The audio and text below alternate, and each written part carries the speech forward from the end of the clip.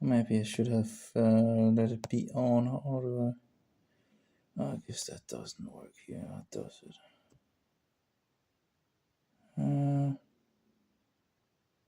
No. Well, okay. Let's see if that works.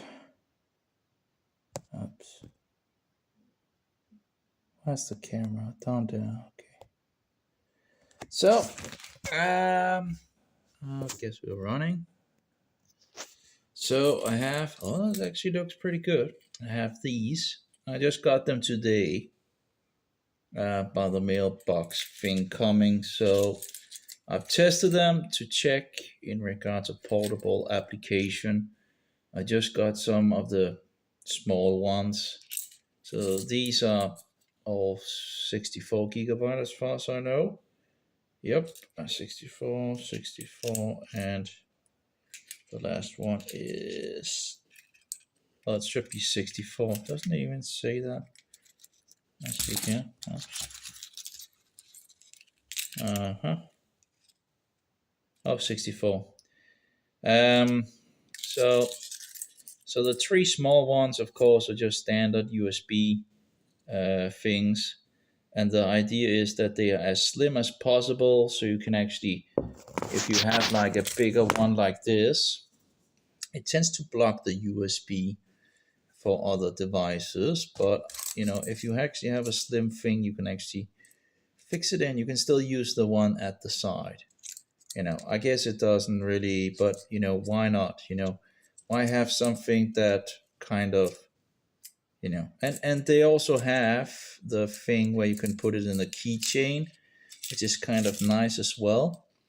So I know there's a lot of difference in regards to these, and I have sort of figured out what seems to be important in regards of running portable applications. Now the first one is Kingstone DT Micro, and has like a, which is kind of, I don't know why, but it's kind of annoying actually.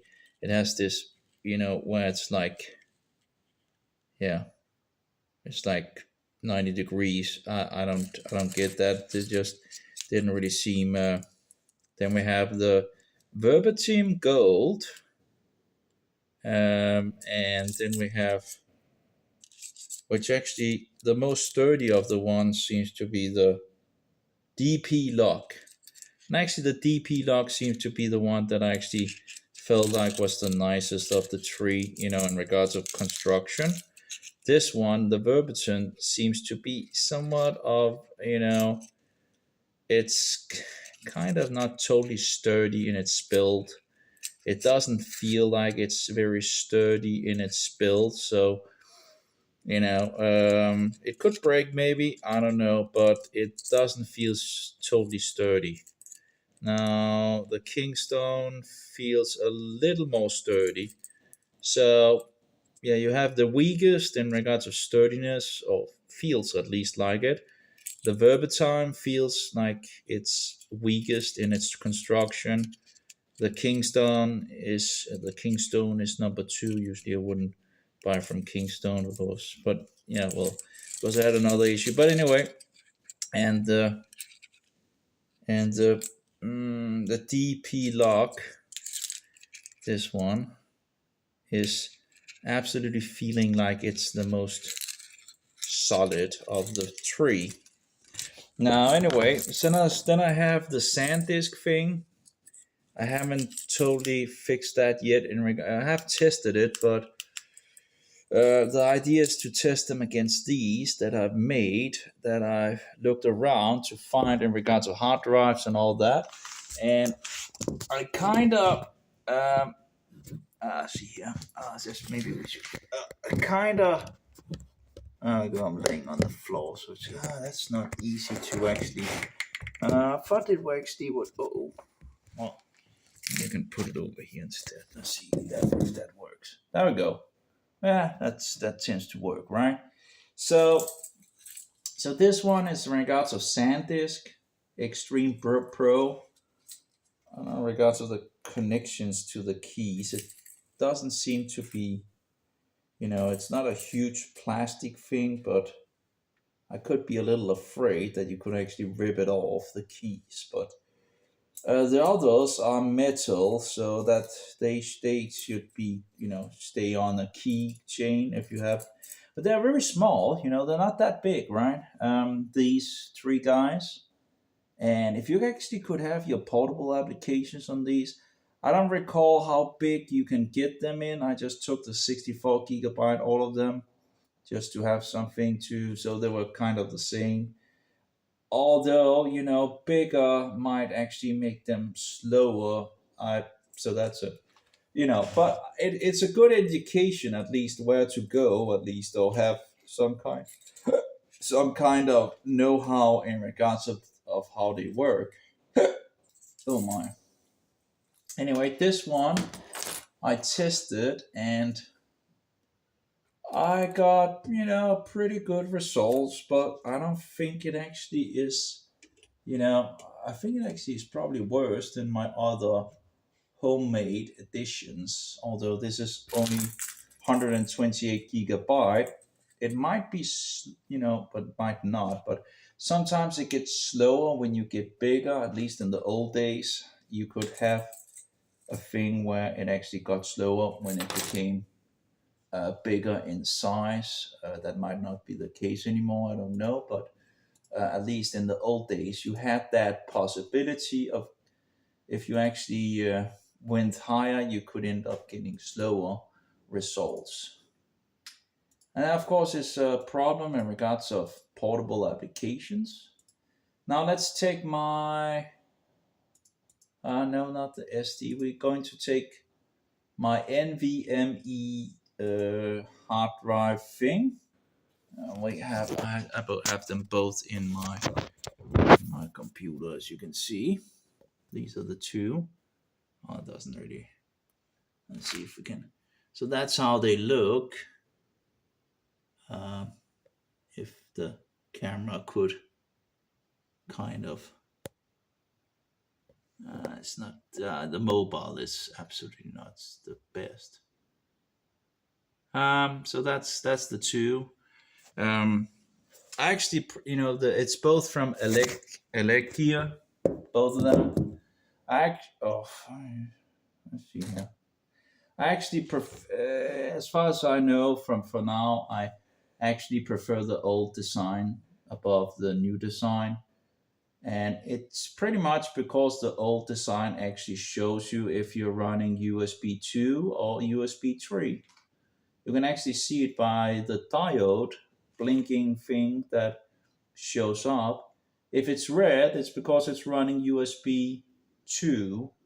And if it's blue or green, green, I think, yeah, green and lightning, it has some kind of, where it has a little red, I don't know why they didn't just make it green and blink like the red one when it's loading and all that, but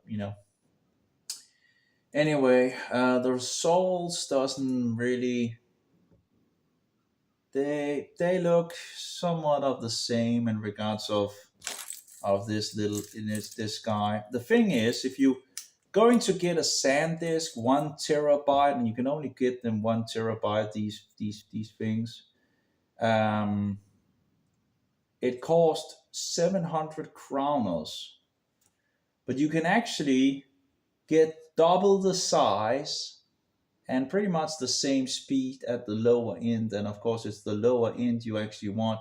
Well, it also seems like it's pretty much doing pretty good on the higher, actually, yeah, high end. Actually, no, it's pretty much the same. Although, it might be, if I have a newer machine, it might actually further get me some results. But I don't have like this slim client or my other old desktop computer I need to stop using and all that. I really need to get it ready for ship, to give away to someone else, because it's I pretty much have my, Windows 7 machine in my slim client, and it uses a lot less processing power. And yeah, and of course, I don't know how, the idea is not to have any energy at all, of course.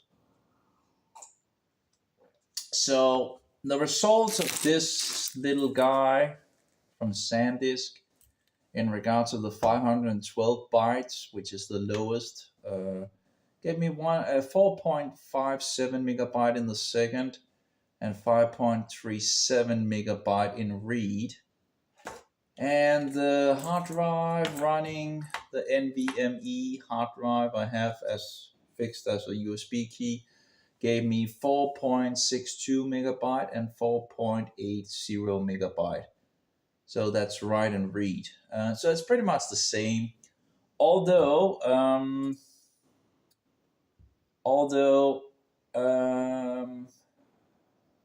you know, on the other device, this computer apparently give me more speed at the lower end. I'm not entirely sure why, but I haven't really, and maybe there's who knows a difference, but it seems to be pretty much the same. I haven't tested in regards of heat issues and all that. I know that if you run the test application a lot of time, it sometimes they get so or the buffer or what is something makes it go down. Okay, let's see here. We have the live stream running. We can close the browser and take the other one out and test that as well. Okay, so we'll just do that. So I'm going to take my. Just need to close my application here. Quit over. Takes a little time on the slim client. There we go. And we'll just take it out. Well, it's still loading, funny enough.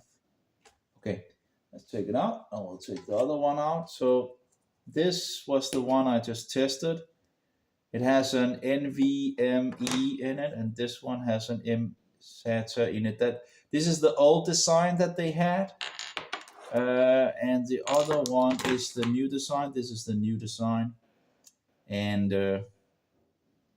and the thing is, this one actually have two different diodes. So I actually, rather like that in regards of, you can see if it actually connected to, you can try to see if you can, it's a little hard, let's see here. You can see that it's lightning like green, yeah, blue. It's not so easy to actually see it loading when it's in the USB 3. I have no idea why they didn't just make the green, do its thing, and you can see like it's green now, right? Now we're going to put it in a USB 2, and it should become red. Well, you can't. It's really hard to see, I guess. Let's see here. It's a little light. Oh, maybe there we go. Much better. My headlight. So you can see it's red and it's loading, right? So this is the old version. So, and this runs an mSATA in it, in the slim style. Both of these are like the same. I think it's called M2 or something like that. It's slimmer than the mSATA which is usually broader, right? And what do we have? But anyway, the new thing is smaller. But the thing is, you can get them both in SATA and NVMe thing, and they're the same size, the same plug, and all that. But one won't work with the other, and the other won't work with So that's something too. And I had to sort that out as well. But really, you can actually get a USB key with double the amount of space. But sadly, I was looking for something for the keychain as well, and this one doesn't have anything for the key. Well, I guess it has I think it has the top of it. The closure has but who would dare to do that? It has some magnets for the closure and all that. Although I'm not entirely sure where I put them. There's some. Oh, I guess they're up here. That's one. That's another. So they have these closures, and one of them, this one, has like a hole. Yeah, you can see the hole there, which kind of is, it's like going through the whole thing, and it's rather thick, so you probably would need to customize that a little to actually get a key thing, to go through it. But in any case, this is the, yeah, I don't know, I don't get it. Oh, that's actually for the other one, I guess. So the new one actually doesn't have any hole, at all, any place. And you could fix it. There's a hole for the screw, and I was thinking you could take some tape and wrap around, and then use the hole for the connecting together, and actually fix that into the keychain. That's one way of doing it. It's kind of a thing that these are missing. I did get another one that actually had a key thing, um, but it didn't work. It was broke. So that was pretty sad, because that was one that actually could have fixed in a keychain and all that. So anyway, the fine thing with the new things of these elect gear is that you can, the thing here that you close it with, you can fix it both directions pretty much. You can't do that with the old design. You have to have a specific way of putting it. Anyway, I should have put it together. What can I see here?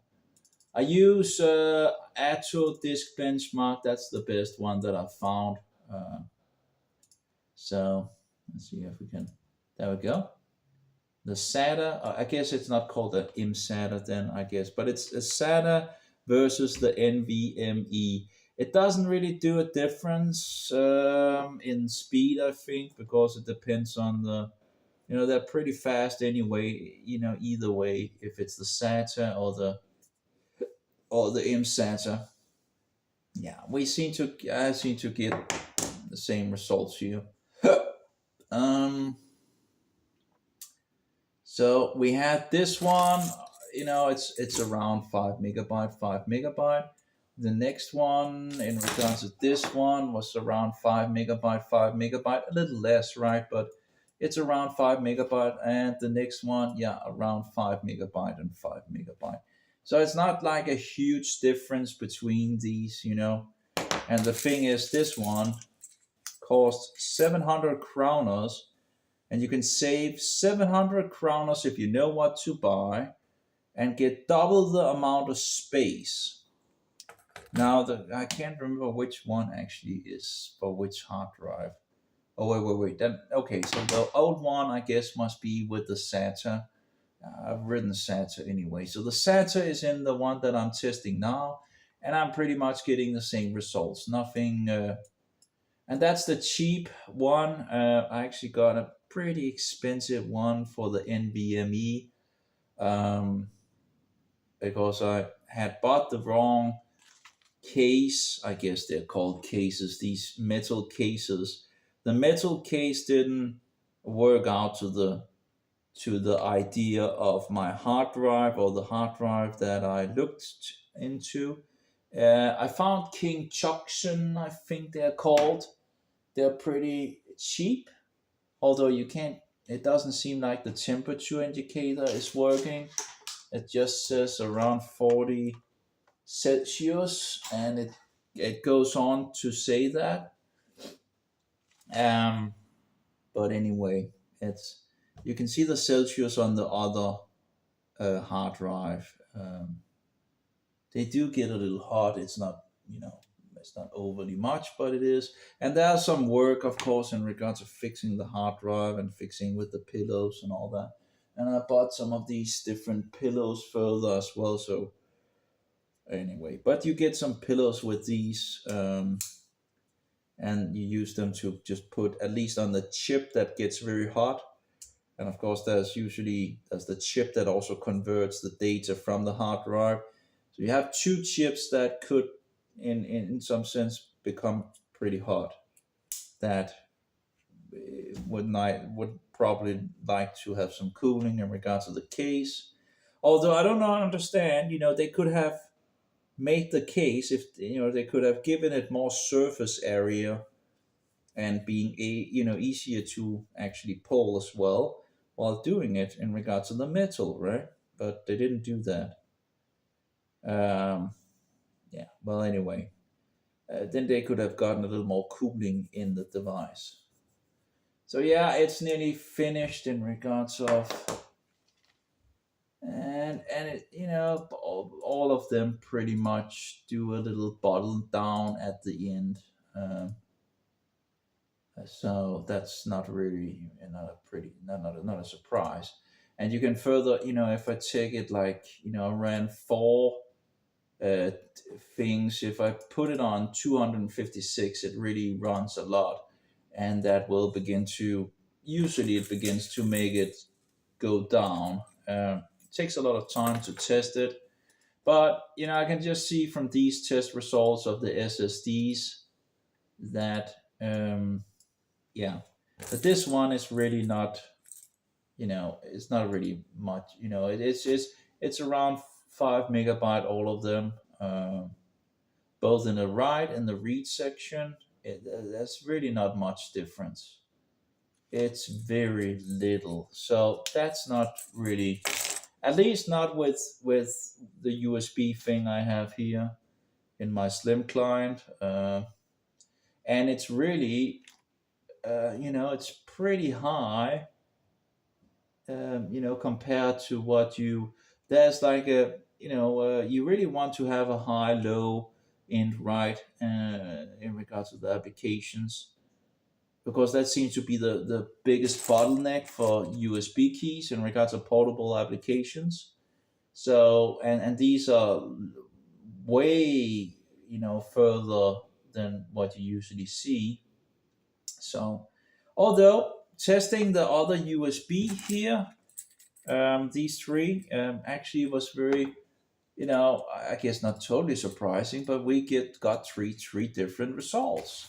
And I thought that I might do that. And then the question is, which one is better, right, for portable applications? And let's close down the SSDs. We don't really have issue. SSD. Yeah, let's close that down as well. And okay, I wonder what that is. Is that one of them that I tested on? Okay, that's probably one of them. No, actually, that seems to be one of the USB seems to only do like USB 2 speed, apparently. It's still pretty good at the lower end, but that would be this little guy. Oh, go here. Need some light here. So that would be the DP lock or DE lock, or maybe it's a DE lock 64, made in China. So that would be the most sturdy one of them. That apparently seems like it doesn't really support above USB 2.0. That's interesting. Although I already have found a favorite in some sense of them testing it, but let's make another test. Put this one in and see if it's really only 2.0. That's, but it's very, it's very small. So if you need a, it seems to be the nicest of them in regards of how it's built, yeah, and you can have it in a keychain, right? So anyway, let's open Auto, another Auto, and let's and let's start it, and let's see what we get. I guess it might only be supported for 2.0 in regards of USB. Because it really didn't, it seemed to stop at a specific level where the USB 2 usually stops. So maybe it has a maximum in regards to that, so it can't get above that. Now, also in regards of buying different USBs, I can then at least have some difference. I don't have the same thing, So it was like, okay, I'll test them and I'll have difference, so I can see the I can, okay, this is this one and this is that one or something like that. Although my memory is really bad anyway, right? But yeah, yeah. So you maybe know which is which if I have multiple things laying around. Yeah. Okay. So this first one, in regards to the most sturdy one of them, the DE lock, I think that it is called. It does pretty good in right. Actually, it does pretty good in the write section. 512 bit, 2.56 megabyte in write, and only 1.78 megabyte in read, which is interesting. That it actually has lower read speeds than write. Interesting. Write speeds are actually faster than the read speeds, at least for the lower levels. When it gets up to 32 kilobyte or something like that, the read speed begins to take over. But I guess they might have some boosting on the write. It is also really the write speed that is usually the important thing. The first three numbers in regards to write speed, I found out was really what seemed to be the important thing in regards to portable applications. I found out the first portable, or actually the second one, I guess, this little one, Hyper X 64 gigabyte, very, very old. Bought it when they came out long, long ago. They usually have this blue thing, but I took that out. But in any case, it has done its duty in some sense, and it's pretty. It's making some issues now and all that. So it's still working, but it's beginning to make issues. But it has really done its job for sure. This was my portable SSD, a USB thing from very old. And the thing is, this was like 200 kilobyte, 400 kilobyte, and 600 kilobyte, I think, if you test it. So this is kind of my guide because the portable applications was actually running pretty good. Of course, the thing is, the problem is, of course, the new applications also takes more and all that. So that's also something to take into consideration. But you can, run a system on this. You can run a Linux system. I've had a Linux system on it, and it runs great. But I found out that the issue was the write speed, because I had something that actually had a higher read speed but a lower write speed, and it just totally smashed the speed of it and made it, pretty. Because I got something that had 256 gigabyte, the next generation of this, just absolutely terrible. And so that was one of the things that kind of sort of got me in the direction of issues in regards of because they tend to all those lower speeds or the lower bits and kilobyte, the 512 byte and 1 kilobyte and 2 kilobyte. Those three numbers are the most important numbers as far as I can see in regards to the write, in regards to running portable applications or systems and all that. And if you look at hard drives, SSDs and all that, they are pretty fast. Also, the standard thing in regards of running around. But micro SDs are slow, and USB sticks can also be very slow. Okay, so this guy apparently only supports USB 2.0, it seems. It won't run any faster than what looks like USB 2. I can put it over in a USB 2 and just try to make a test as well.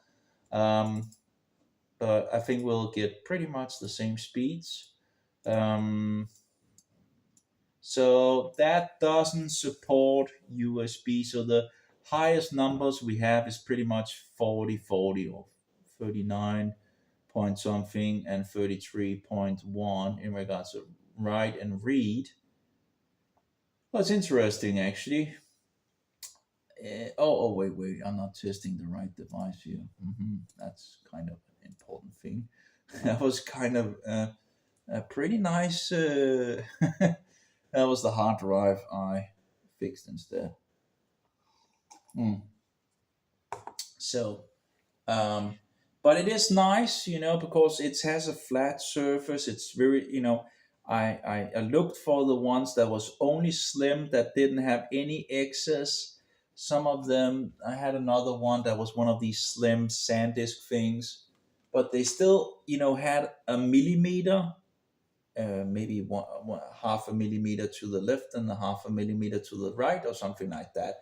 And it makes a huge difference if you want to set a thing like this in. If I want to set this in, it should be possible. Oops. Well, I hit it a little. I was okay. I ended up hitting it a little, and that made it fail. But yeah, overall, let's try again and see if we can find it again. Let's see here. See if we can start it up, or maybe I need to. No, okay. Okay, we'll just need to take it out and in again here. Let's try again. Again, it's very, very, very slim in regard to that.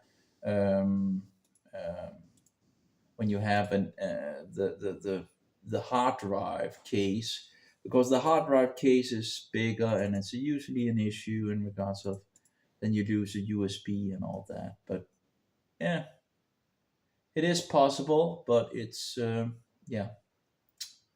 Okay, let's see here. Let's try again with the USB 2 here. But yeah, see here if we can just turn the camera around here. As you can see,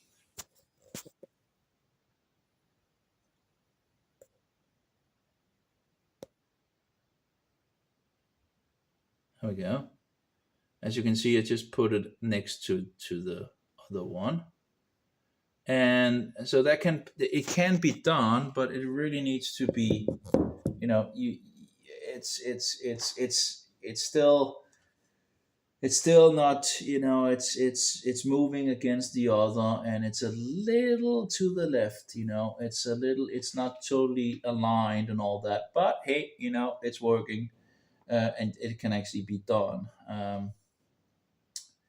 So that's pretty nice. So let's see what we get our results this time. Pretty much, yeah, some of the same results at the beginning. Of course, we actually did expect that. It's a little lower than the USB 3.0.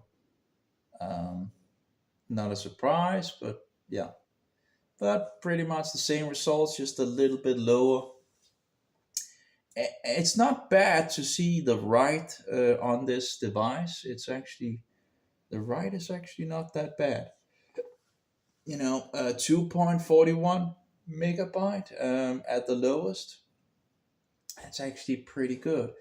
Compared to, I know, 200 kilobyte, 400 kilobyte, and I think it's 600 kilobyte. This one does, and it can run portable applications. Now, I guess again, things get slower and all that because of new applications and all that, but it has been a wonderful little tool to run portable applications. But yeah, this SSD thing for these guys seems to be the best way to go about it. If you want to have a good amount of space and speed, and you can actually, if you know what to buy, you can actually get it pretty cheap. Around 1,000 kroners. That's around, I guess, $120 or something like that. For around $120, I think. Let's see how well we can also, we can just see if we got it right. 120 times 7, right? Oh, no, so that, no, let's see, $140 times 7. Let's try that. Yeah, okay, so maybe $141 times 7. 145 times 7. Yeah, well, maybe not. $144 times 7. Yeah, well, whatever. 100 and okay, let's try it. 1.3 times 7. Yeah. So $143 or something, maybe a little more, but around around that area, you can actually get.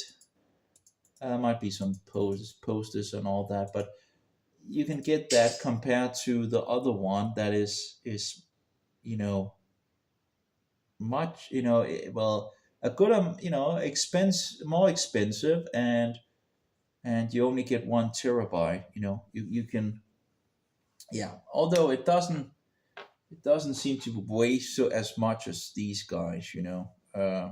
These are pretty solid. um, so, and of course it takes a little work and put the hard drive into it and all that, right? And they're not as slim, I guess, as the other one from SanDisk and all that. So again, there are some things that are worse in some sense.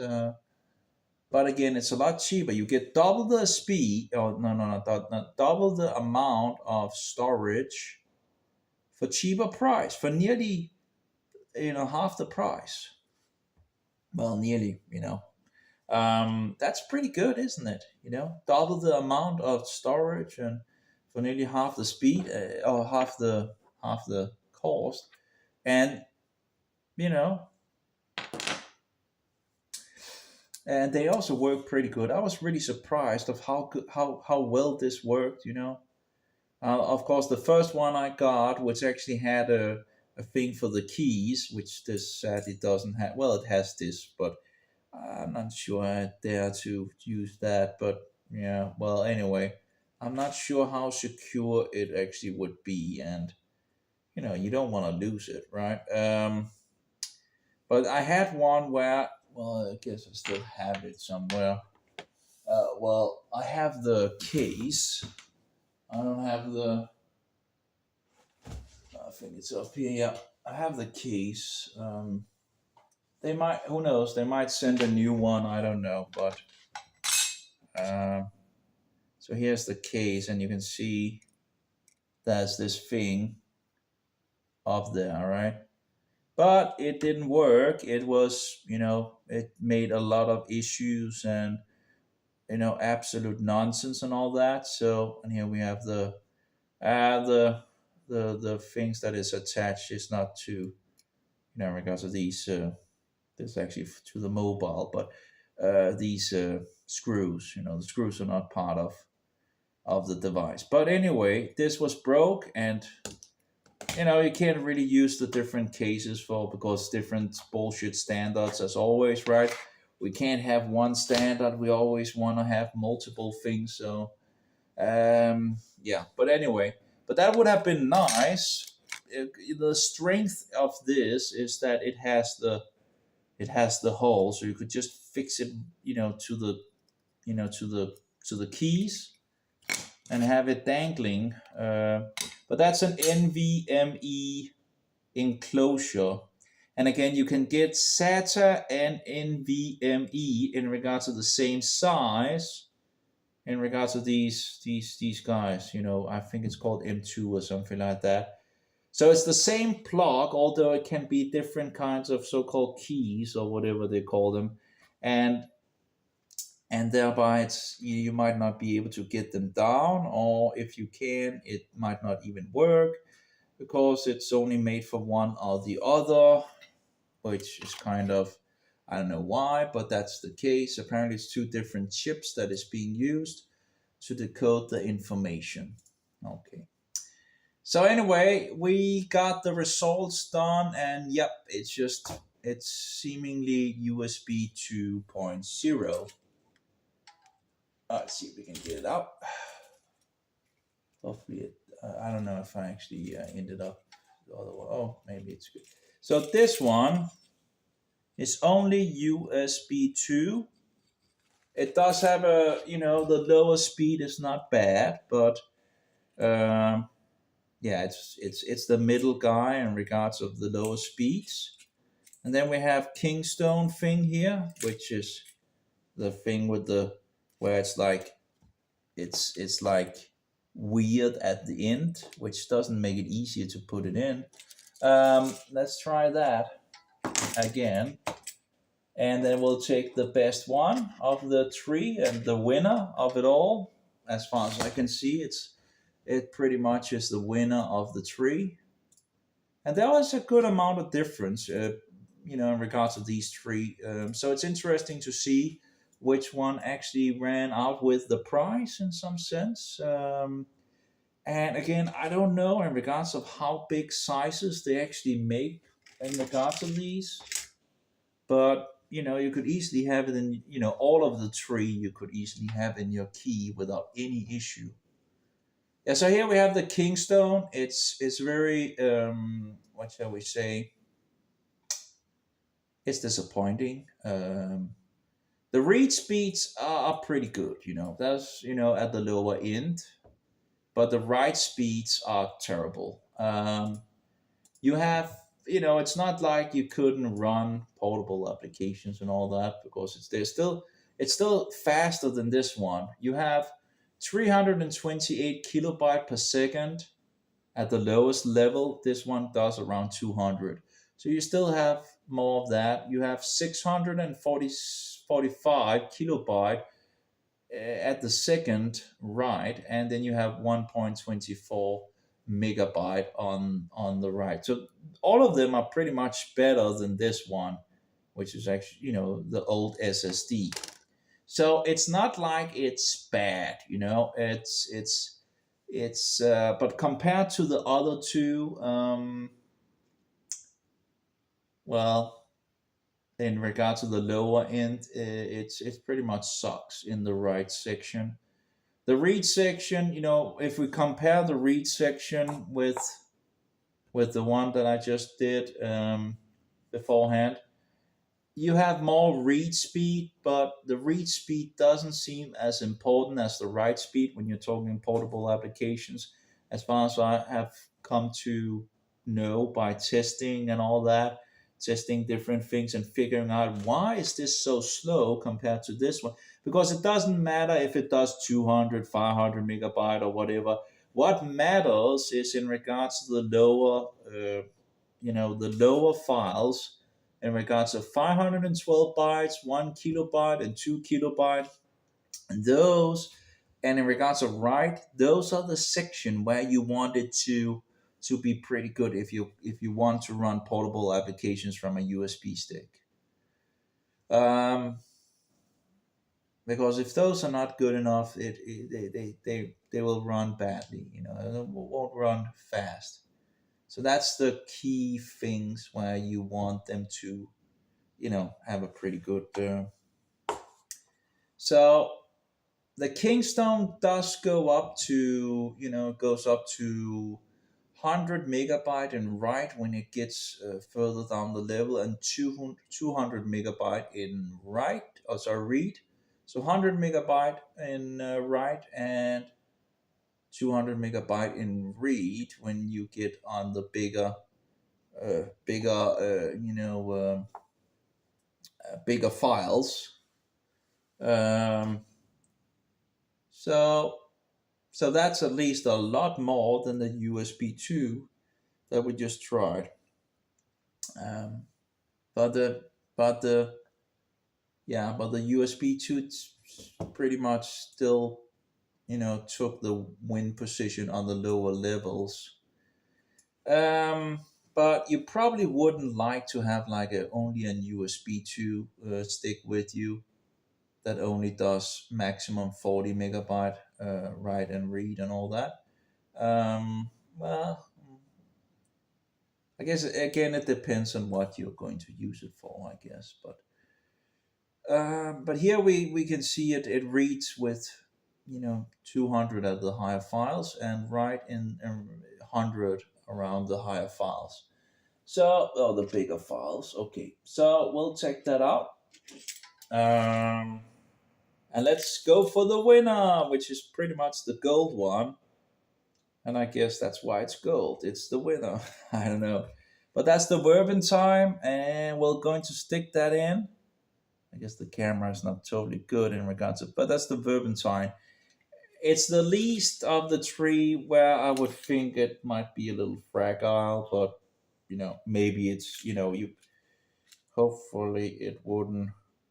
You know, it does. It's not like it breaks when I push it, but it still feels a little fragile. But maybe it's not a problem. There we go. It's the longest of the two or three. Sorry, it's the longest of the three that I have. It's still as slim as the others. So let's see. Of course, we can also check in regards of how they can handle heat. For example, if they, I guess the smallest one, 2.0, probably don't change in regards of its speed if we give it like 250 times or 56 times to run the thing here. Okay, so it seems to be actually less than I got last time. It's still pretty good, but oh, let's see here. No, maybe it's actually okay. Let's see. Now, Verben time, I got 5.55 last time. I only get 2.91 megabyte now. I could be the test. Sometimes it's a little, it gives or takes a little. But yeah, it gave me 5.55 megabyte last time. Apparently, I didn't get that.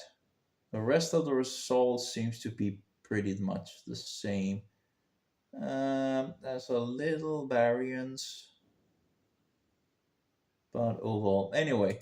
So let's see here how that compares to the. I have the Kingstone. Well, that fails totally on the lower level. We have the other one.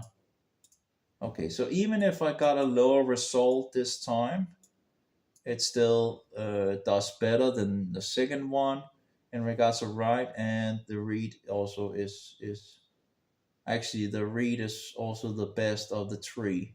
So the 512 byte in regards to write is the best of the three, and the read is the best in regards to small files.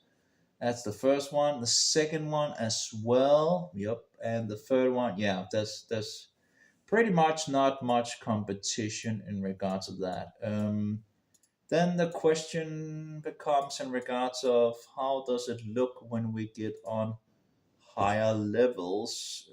Can it do? How much can it actually do in regards of maximum? And that might actually not look so good, I guess. It's doing 94 megabyte in regards to the read, but the write pretty much slings up and down and up and down, and it's kind of not so solid. That's actually pretty sad. Let's see the other results that I. Now let's run the other one, 2.0. 2.0 USB was pretty consistent. Yeah, and that's pretty consistent with the. Yeah, here we go with the last result. Yeah, it does sway. It moves up and down and up and down in regards the read speed keeps around 90 94 90 around 90 megabyte when it comes up, right? But um on the write speed, the read speed goes nearly up to 100, right? But the write speed just does actually not so good. It does around, well, it moves from 10 to 53 megabyte, and 53 megabyte is actually where it does the best. Usually it seems to go around 30 megabyte in regards to write. So that's not so good. Um, yeah. But on the lower end, it's absolutely doing wonderful. So I would think that it would still be best for small applications. But yeah, I can see, if you're going to write to it and all that, it might be, I guess Kingstone wins on the speed, um, on the higher end at least, not on the lower end. And of course, again, it's the lower end that is kind of pretty important. But the thing is, the Kingstone should actually be able to do portable applications still, even if it's the lowest, because it's not totally bad, at least compared to this. It's actually doing pretty good, so it's not all bad. I wonder.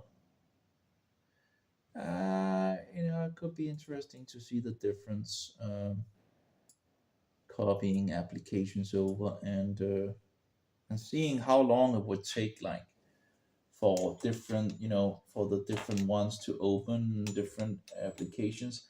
Well, one of the big ones, I don't have that. Well, I should have. Yeah, one of the very, very, very big applications that usually can take a long time, that seems to be affected by some of this, is the Office package. Although I have open Office, but LibreOffice is terrible in regards of its loading time. Open Office is, it can be bad as well. Well, it's at least it's pretty heavy, Um, oh, I don't know in regards of actually. Oh, this is actually okay. I don't know if actually there's a difference in regards of this one runs FAT32. Maybe actually there's a difference in regards of that as well. I don't think so, but we could try to just, let's see here. Um, let's format it and format it into this. Great. Quick format. Yep. Let's do it. So let's just format it into NTFS, and let's try to run another test. I don't think we'll see much difference, but let's see. There might be some difference in regards of it. But we'll see. I don't know what the other two actually were at default, but now we're getting right 5.26 megabyte, but that was the same that I also got first time pretty much when I tested it, and it was FAT32. So I guess we might not see much of a difference really. No, that doesn't seem to be much difference really. Nope. But it has a very nice low end speed for sure. That's really the best. Has issues on the higher speeds, but I still think it's it's kind of still the winner in regards to the lower speed files. That is kind of a very, very important thing when you run portable applications. So um, for making them run smoothly and the load time is acceptable and all that. And it has been a big problem with the USB keys. But it could be interesting to try to, open some applications from each of them and see how it goes. Yeah, that's not really much of a difference. It still has this, up and down in regards to the write speed when it gets higher. So the write speed is not and I guess and the write and the read speed at the bigger files, the Kingstone absolutely wins in regards to that.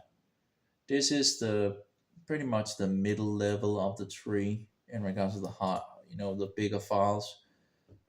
Uh, the USB 2.0, or at least the one that only does what seems to be USB 2.0 speeds, it's pretty consistent when it gets up to 37 megabyte in write and 42 megabyte in read.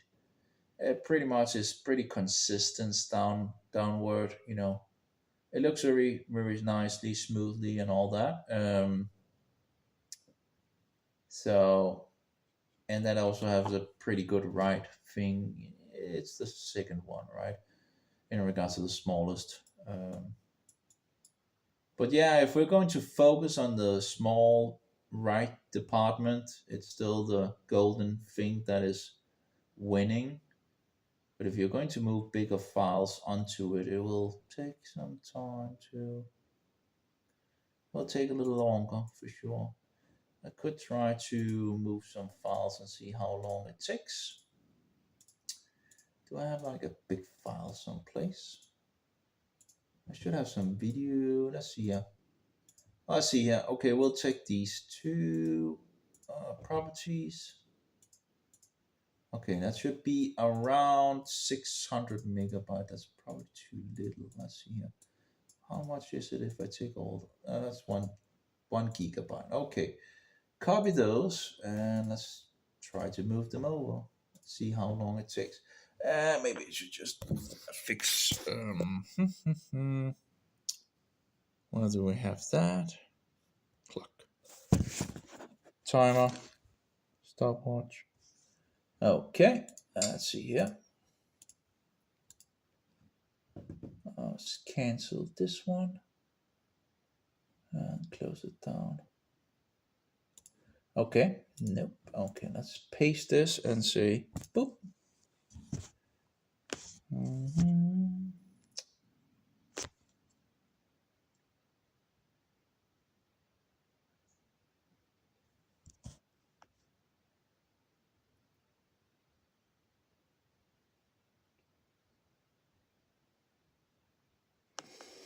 Okay, still running. It says 5 seconds, but clearly a little more than 5 seconds.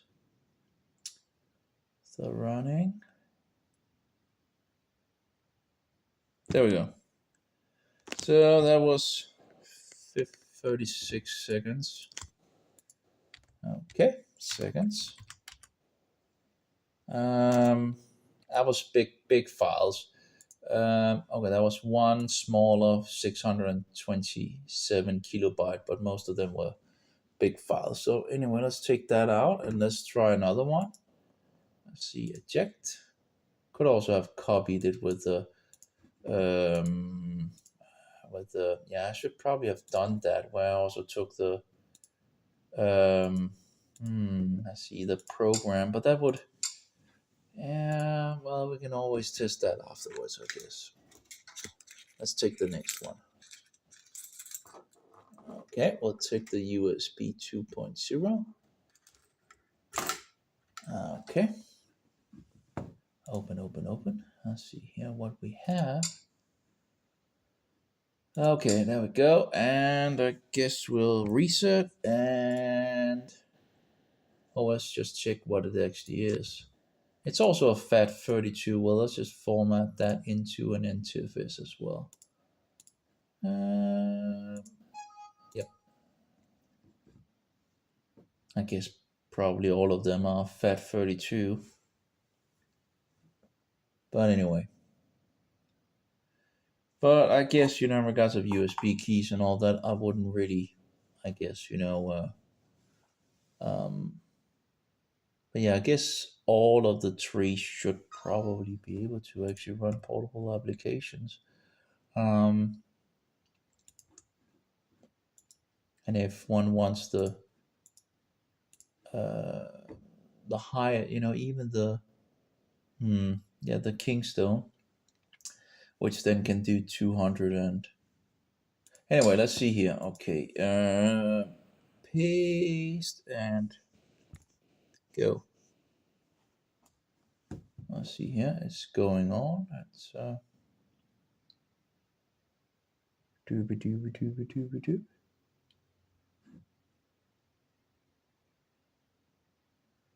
We'll see.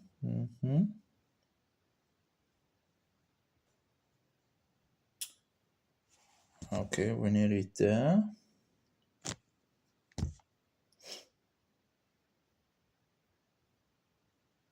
There we go. Okay, what did we get? We get 32 seconds. And of course, that's actually not a surprise. A little faster than the other one. It's not really a surprise because it is bigger files. But it should, if we take a lot of small files, it should beat the other two. But anyway, let's check the last one. That should be actually the fastest to move these files. Oh, it's a little hard to get it in. Yeah, I don't know this thing where they have fixed this. It doesn't make any sense. It's hard, it's harder to get it into the USB with this. Where they have like, why would they make like this 90 or 44? What is 90? 45 degree thing? I don't know. It's not a huge, but it's still annoying. I don't know why they would do that. Okay, so let's see what they actually have in regards of. Okay, format. That's actually an exFAT, interestingly enough. Anyway, quick format. Yep. Boom, boom, boom, boom. Great. And let's get to it. So this should be the fastest in regards of big files. So let's see. Boom, boom, boom. It should be done pretty quickly. We should be, I would think, around 25 seconds or something like that, or maybe even faster. Let's see. No. Oh my. Are we getting? We were getting above. Oh no. I think I totally miscalculated that apparently. It seems to be holding up. Come on. That's kind of surprising. That's still running. Okay.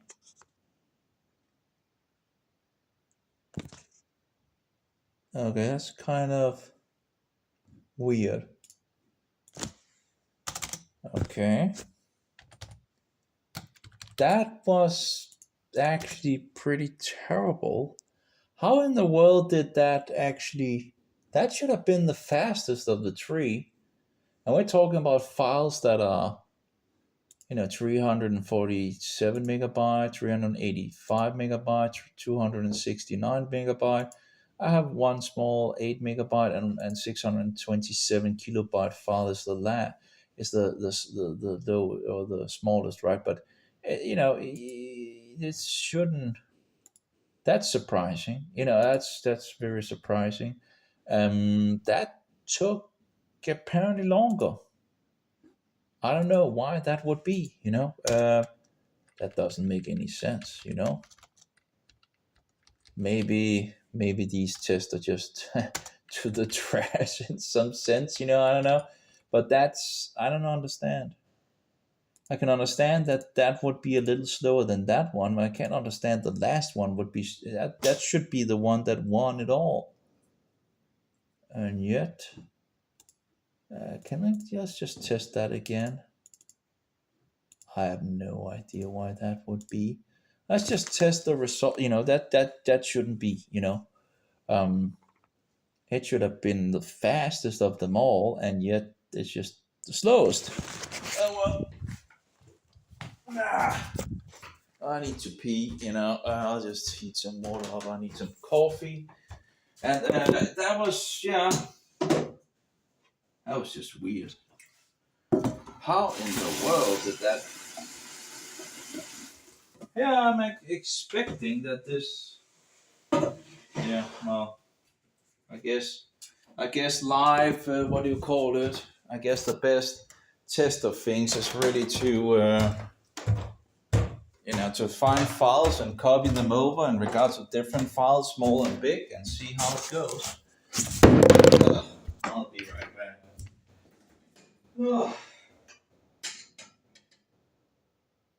Charles, how did that work out? How in the world?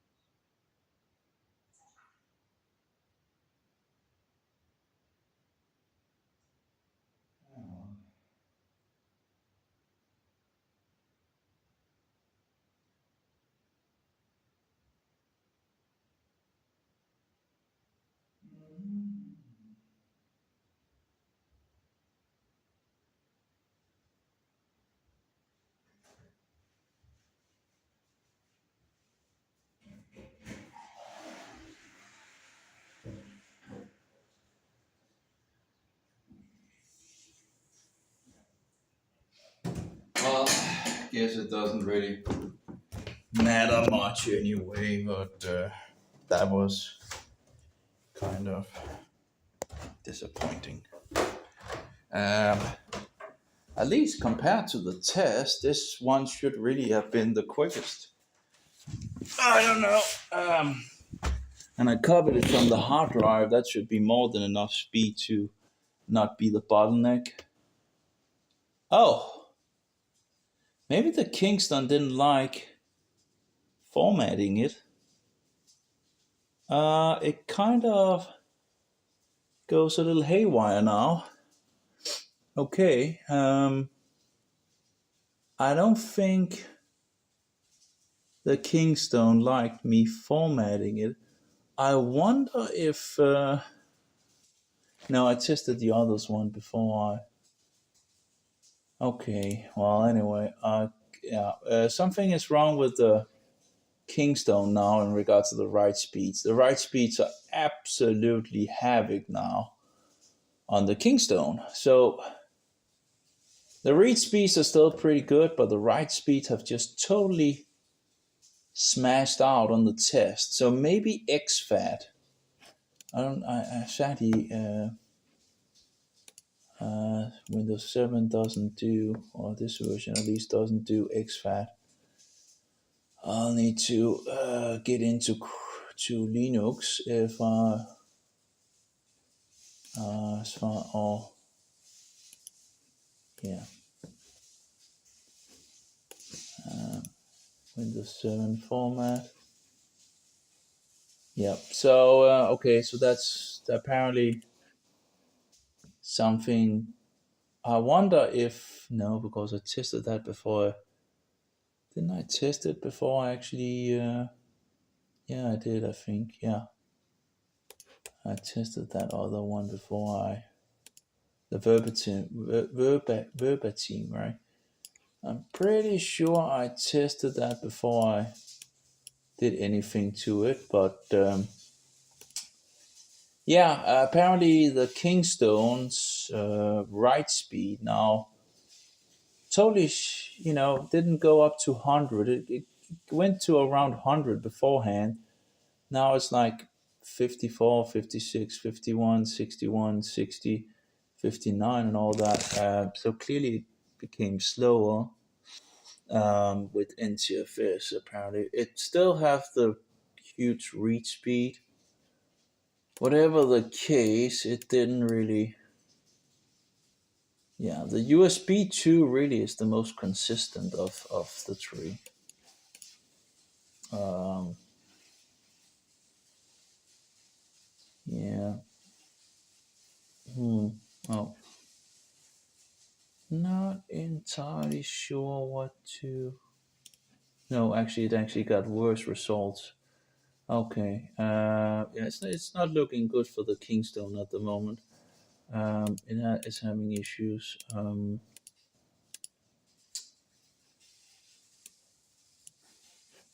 So I wonder what happens if I actually make them all exFAT or something like that. Maybe exFAT just does better. I'm not entirely sure. Um, so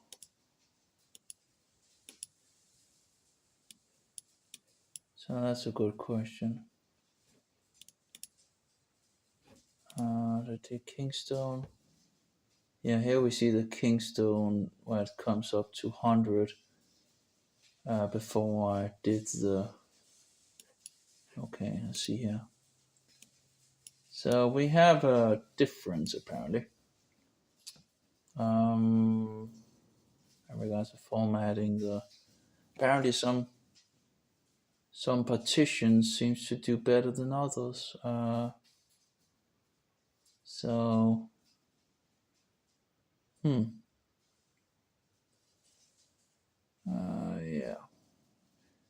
yeah, still have a.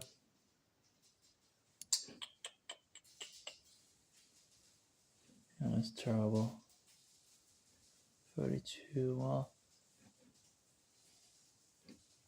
I don't know, but it has absolutely taken a nosedive in its write speeds after formatting it, and apparently that did exFAT. Maybe exFAT was just better for the.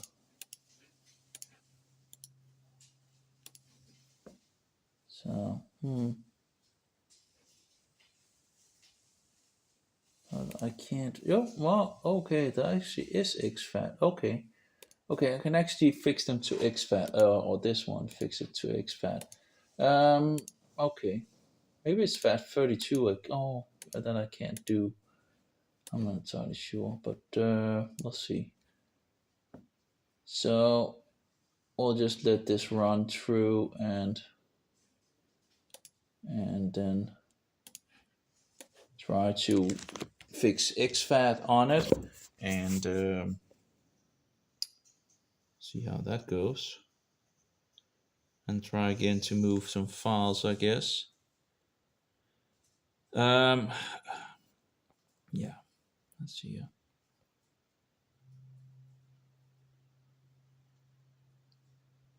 Oh, lots of noise. I hope if I get over to the other apartment that it will be a lot better. It's not. It's like kind of slippery. This mobile. There's nothing. The thing that it's not. It's kind of slippery. That's the word, right? But could have been more soft. So you actually. Yeah. Well, anyway, I have some elephant thing here. I can put here. There we go. Then it doesn't move. Well, if the elephant thing stays. There we go. Whoopsie whoopsie. That solution. But yeah, it doesn't look good. But as far as I can see, the yellow one is still the choice I would take of the three if I had to choose one of them for portable applications. Of course, it doesn't mean that in the practical sense that it actually is better. I don't know. But anyway, it should be. I'll get some coffee, and it's nearly done with the test.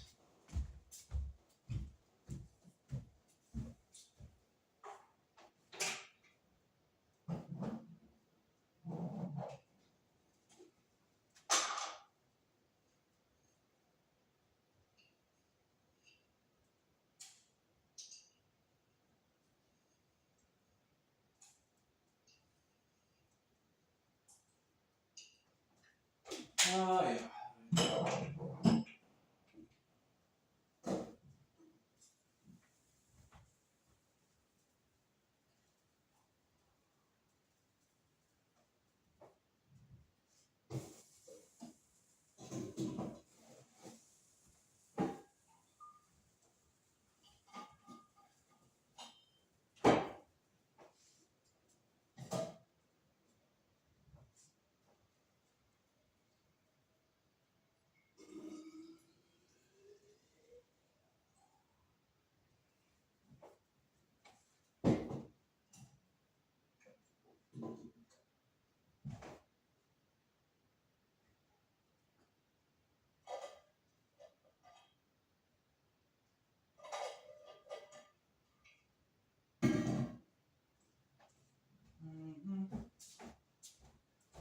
I got a little more coffee. Yep. Okay, here we go with the results. It doesn't look good, so let's try to format it again and fix it to exFAT. Apparently that's exFAT default. Start. I guess, I apparently ruined the speed of the device. Somewhat the speed at least. Okay, let's try again. Now it's formatted. Let's try it again. See if that rescued it from its terrible bad state in regards to writing. It made it pretty much as, comparing it to the, it pretty much made it, the worst of them all. The verbal time is better, clearly in regards to the results here. So let's hope it has now gotten a little more, or maybe that just ruined it. I don't know. Maybe formatting the drive just didn't do well with Kingstone. Apparently, we'll see. We'll see what happens. So, but if that's the case, we can throw that out at least, and we pretty much have a solid winner still in regards to the yellow one, I think. Although the other one did surprisingly well in regards of the.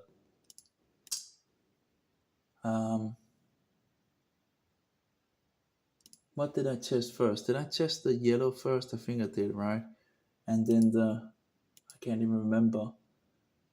I think it was actually the USB 2.0 that did the 32 seconds that actually did the best, which actually was interesting that it did the best, because that really shouldn't really have been the case that actually won. So that's kind of surprising. No, apparently it seems like the format of the Kingstone has apparently ruined the results. It just went downhill. Yep, it just went downhill. Interesting. So it went from actually being the fastest in regards of write speed to pretty much becoming the slowest.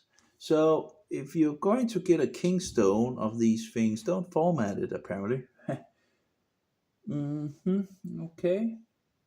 I don't know. It's doing terrible. Yeah. That's just terrible. I don't get it. It pretty much went from being the best in the write speed at the bigger files to just being, I guess, the worst. And the only thing I did was format it, and that pretty much apparently took care of that. So if you buy a Kingstone USB, don't format it, apparently. That just ruins it, apparently.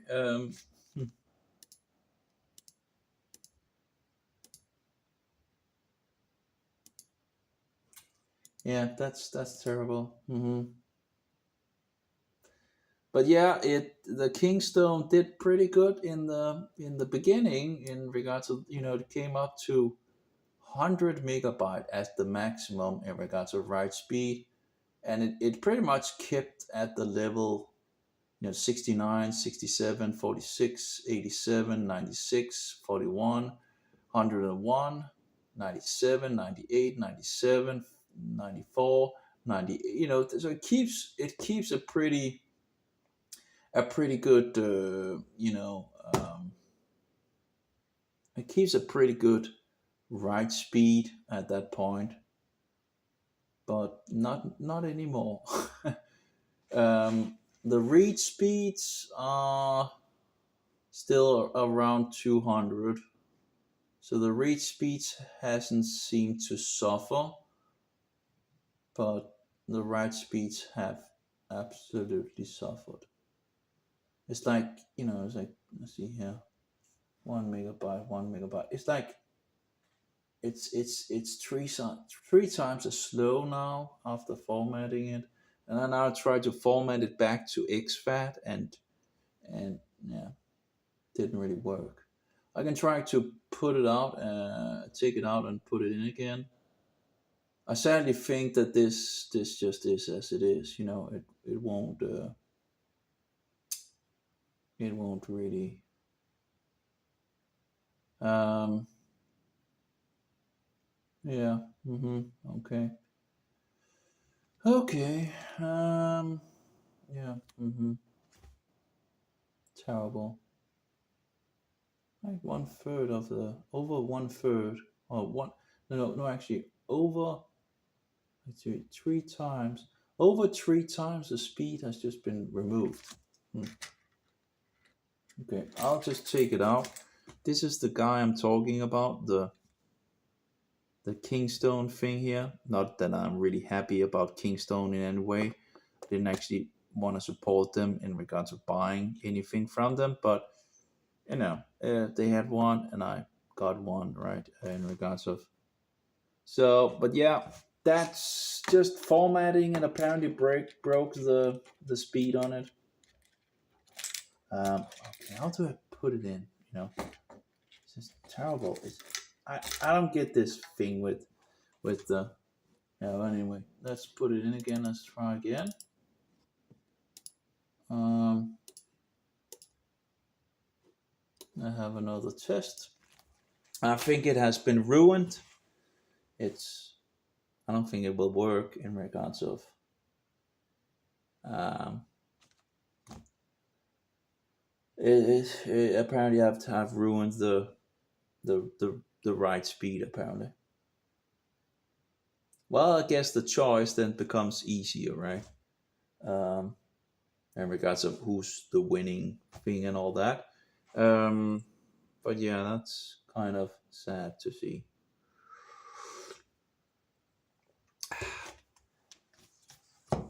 I guess that's one of the things where you can ruin things, just formatting something. Maybe you can restore it to its fullest extent by formatting at, by Windows 10 or something like that. I don't know, but as it goes for now, the speed is, well, we'll see. But yeah, that's a pretty big difference. Yeah, I don't know if you can see, like, maybe it's better to maybe do this. Take the camera. Can you see anything? So I don't think you can see anything, but well, I guess you can see the graphics. One is the thing is the one is running 500, and the other one should begin to push the five. Oh, sorry, the 500.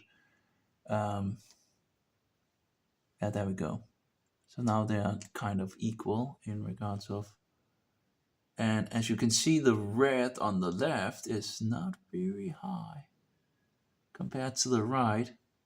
The results from the right is before I formatted the USB, and the result on the left is the after results of the format, and it's absolutely terrible.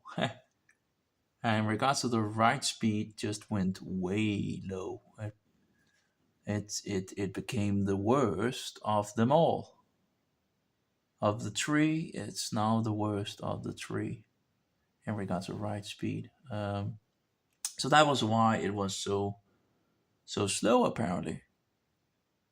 The read speed are still the best, but the write speed has totally been ruined. Um, I have no idea why. Well, I guess that's just how it is sometimes, right? I guess Might be some kind of obsolete design or whatever. I don't know. Technology as it at its best, right? That was quick to ruin the speed. So it's just terrible at the right speed now. It's just absolutely been ruined. Um, so beforehand, before formatted it,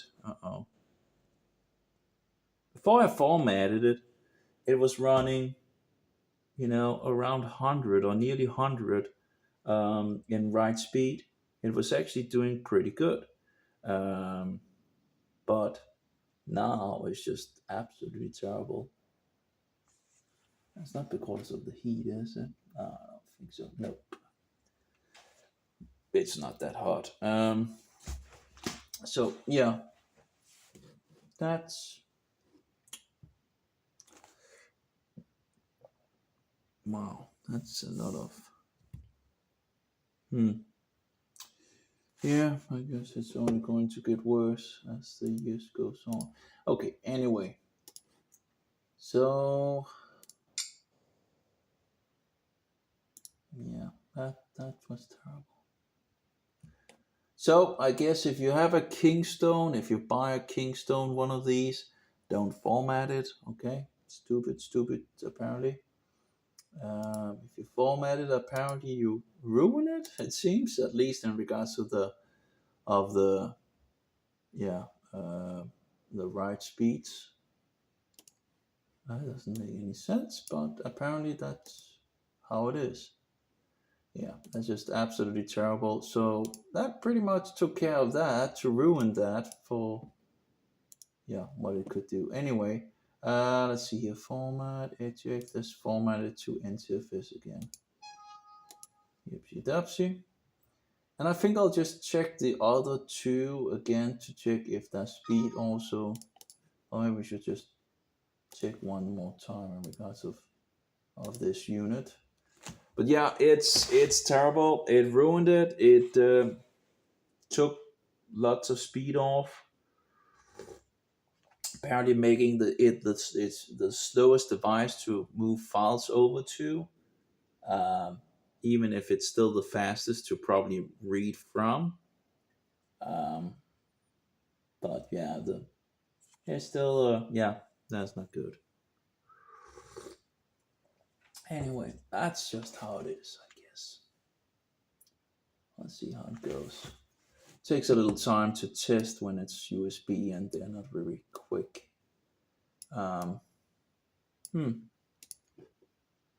Okay. Well, guess that's just how it is. Of course, in regards to the SSD that I have for SanDisk, I haven't tried to format that. Shouldn't, of course, if you actually want, like, something, the SanDisk seems to be pretty good in regards of running like an SSD and all that. Um, if you don't want to have the hassle of toying around with things in regards of, getting a case and fixing the hard drive in, it doesn't take that long to really do, but you still need to get the right things for the unit. Um, and and sadly, the old version and they don't really sell anymore. Where you can actually see if it's USB 2 or USB 3. Very nice feature, but apparently it's very hard to get what you want these days. Because sanity has lost. The world has lost sanity. Um, so But yeah, if you don't want to toy around with that, I guess the SanDisk might be the best choice, pretty much. And you also have like for keyring, because these apparently doesn't have for keyring. You would need to modify or something like that, or make something where it could hook on. I don't know. Um, yeah, and I don't know how much more heavier they are than the SanDisk. Maybe a little more heavy than the SanDisk. Um, but anyway, I'll need to test further on that. But in regards to the speed and all that, they seem to be pretty much the same. Not much of a difference. Although it could be interesting to try with a newer computer and all that, and see how they do against each other. Um, I don't think we'll see much difference, but still interesting. Um, Also, the three USB keys that we have tested don't seem to go beyond the USB 3 that I have on this slim client. It should, I think the maximum is like 280 as far as I can see on the SSDs. That should pretty much be maxing it out, I think. Um, so, so the USB keys on, or the standard USB keys are not maxing it out. The closest we have is in regards to the Kingstone, in regards to 200 megabyte on the bigger files.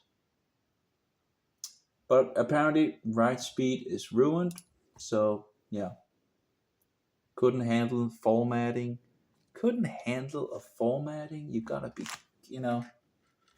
So, I don't know if they have some kind of special formatting. I guess it's not actually not a new thing in regards of ruining the speed if you actually format something. It's something that happens sometimes, and the question is, have they actually designed to do to make it worse, or I don't know. But in any case, let's try to format this one. Let's try to exFAT default. Okay, and say okay to this other one verbatim, but I think I'll pretty much get the same result as I got, at the beginning. So we'll just try. So that would be a thing of the Kingstone, at least if you do it at least with Windows 7, that you ruin the speed from the beginning if you format it. Um, I think it was the only one of the three that actually, you know, became ruined after. It's still working, right? But apparently it became a lot slower, and apparently it was after formatting it. So that's not good. Yeah. So the Kingstone, don't format the Kingstone if you don't want it to. And the problem is, if you kind of need another format for something, some devices, uh, only wants, FAT32 or something like that, or to run and all that. And if you need to format it, you might actually also make it a lot slower. So that's something to take into consideration. Let's see here. We have that's the removable drive. That's the USB 2. It didn't really have a name out of the box. The two others actually had a name, but not the one that was running USB 2. Okay. Let's see if we can find some of the old results for the Verbentime, or if I close them all down. This is Kingstone, another Kingstone. And Verbentime, here we go. So let's see the results here. These are the older results. Do we actually have more Verbentime? Nope, that's a Kingstone again. How about those? Oh, that's removable. Okay, I think we have one Verbentime here. And in regards to the results, they're pretty much the same. There's not really much of a difference, it seems. It's still moving up and down in regards to the write speed, but it's better than the Kingstone now. I really don't, just formatting the thing ruined the Kingstone right, over 3 times the amount was ruined just by formatting it. That's that's just interesting, I guess. Why would a format, again, could, wouldn't you think that they actually had some kind of, sorted out something in regards of that you should be able to format it without any issues? Apparently not. So 5 MB, 5 MB, 10, 10, 18, 18. So 23. Yeah, it pretty much looks like the same.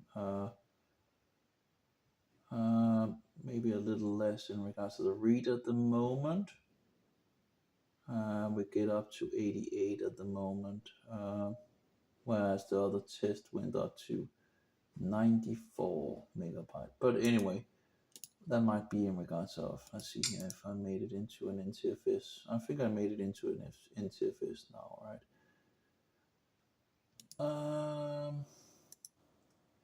Properties. Now, of course, there's something in regards of NTFS where you can actually fix some features and all that. And maybe that was maybe some feature on XFAT. I'm not entirely sure since I got other results on the other on the Kingstone. I don't know, but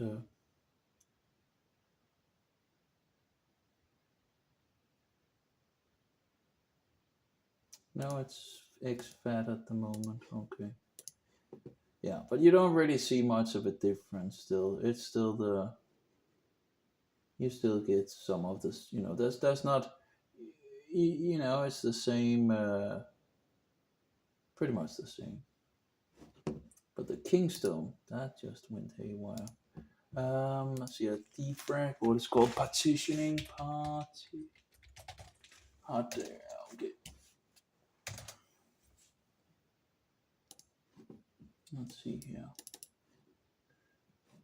if there's any features that can be turned on or off or something like that. In regards of the XFAT.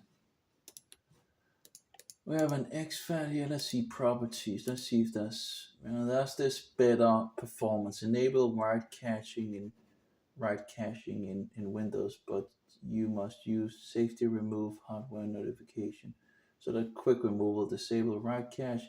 Maybe that has been some kind of, enable write caching, improve system performance on enable write caching on the device, but power off you. Okay, let's try to. No, I don't. It's not. I don't know if that might have been turned on or something like that. I wouldn't think so, but maybe it has been active or something like that. And then when I formatted it, it might have taken it off. Of course, then if that is the case, then of course it would be fair for the rest of the. But I don't know. Because then all of them should have the same settings in regards to Windows, right? And when it's formatted to interface again, yes, and run another test, and we should see. But yeah, maybe it had something turned on.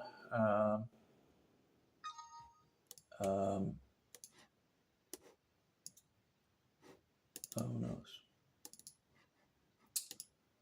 Okay, we'll just try to run it again, and we can go to we could take the disk manager and see properties again. Let's see policies.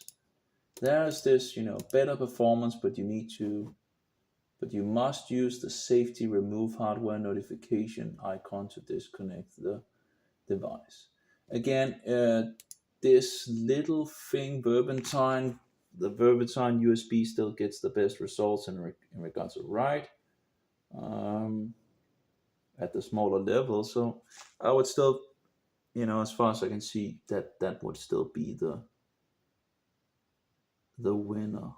I guess the USB 2.0 actually gets, at the moment, the victory in regard to write. yeah, in regards to the, after it gets to around 32 kilobyte, it gets to 35 megabyte and then 39 and just continues with 39, consistently all around, all down, all around down. Or but I guess Kingstone, I don't know if it could have activated something in Windows in regards of a buffer thing or something like that. I don't know if that, or if it's just because I just formatted and it didn't like that. I don't know. But that's interesting actually. So it actually ends up actually being the USB 2.0 that in some sense um, does best in bigger writings, it seems. Um, I guess I'll need to try to copy paste some files again and see how it goes. Probably should get some more files, in there and see how long it takes. I could actually, copy all the applications right over, but that would probably take too long to copy all those applications. But at least that would, if if one follows along, that could be, interesting to see how fast they would do, and you could see the difference. There are both big files and a lot of small files as well, and see how which one actually does better. Also have some backup here. That's too many gigabytes. Okay, let's see here. But really, the best thing would really just to have an SSD. There's really no comparison with an SSD, and the SanDisk SSD. It's kind of another level for itself. Although, with the Verbin time in regards to the lower levels, it actually seems to be doing pretty good. It's 5 megabyte, 5 megabyte, and that's, as far as I recall, actually better than the SSDs in the lower levels. So that's kind of interesting that the Verbin time would do so good at the lower levels, because one of the prime things is really usually that the S you know that the USB keys have issues on the lower levels, and yet I actually think it actually beats the SSD at this point, at least on this computer. Um, like it's over 5 megabyte. It's 5.41 megabyte and 5.2 megabyte. At least the last test here.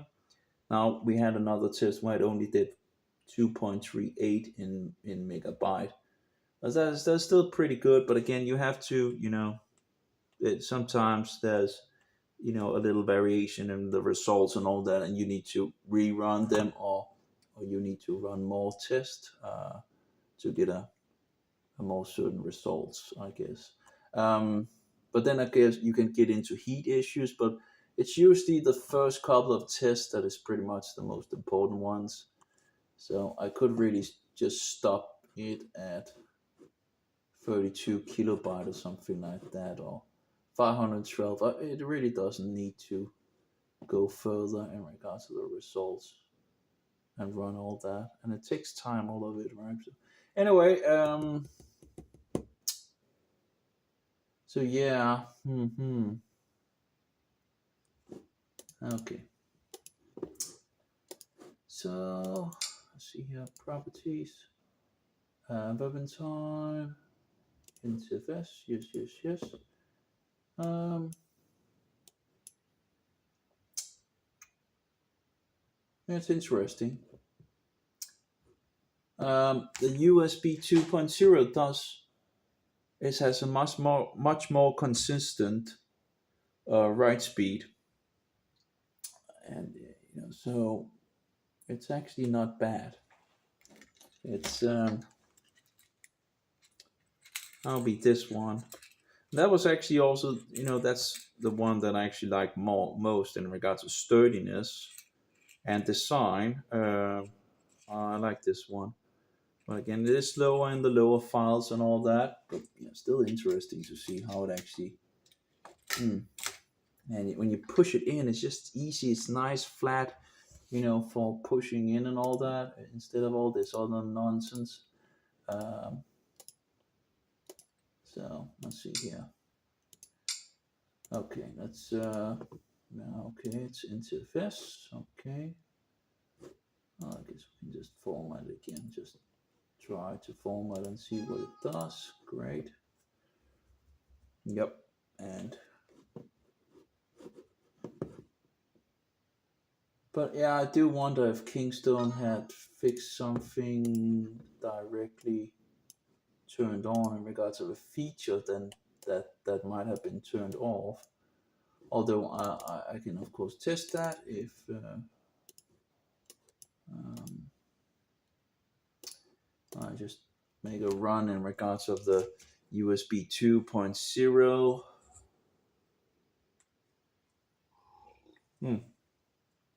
Yeah, very interesting. Um, I guess I will need to make some more checks. But yeah, it's. Hmm. But the Kingstone absolutely did, after formatting it, absolutely went downhill in regards to write speed. Um, so it ends up actually the USB 2.0 actually ends up the winner in regards to write speed, which is kind of interesting. Well, I guess there might have been turned something on in regards of this extra buffer thing, and maybe that buffer actually had helped the. Well, let's see if I can restore the result that the other one had beforehand. Okay, now it just ended up with a. Sometimes it gets like a failed result in some sense. Um, you have to take that into consideration when using add to disk. But add to disk benchmark has pretty much been the one that I use. It's where you can see, where I can get the results that I really, that I can understand. There's so many other benchmark nonsense tests. It's like, I don't know, whatever. Again, the most important things in regards to the small files. Um, so now it should consistently get like around. Well, it's not totally consistent, but okay. But it still keeps. It's wavering a little in regards to things. It's not totally consistent. We'll see if it should be keeping mostly consistent. Yeah, there we go. Another consistent result. Yeah, okay. So I had one result that wasn't consistent, but it should continue to be consistent now. And keep it around 35 megabyte and 43 megabyte. And it will continue like consistent, like the other one. So yeah, well, actually did 39 and 43 last time. It seems to we have lost seemingly 4 megabyte in regards to the formatting, I guess.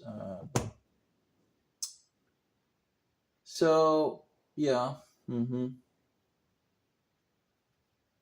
don't know. Maybe these USB keys doesn't like to be formatted, Um, but according to this, we seem to have lost around 4 megabyte in regards to the write speed at the moment. Of course, I can change it to exFAT and see if we gain these 4 megabyte again.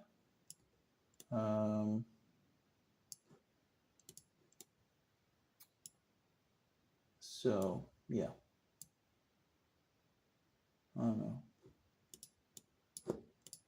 Okay, I don't know if the other one was run or when it was run. It's a little hard to, yeah. But okay, let's say cancel and go and format it to exFAT. Format. exFAT, start, go. Okay, now it's formatted, open up again, push.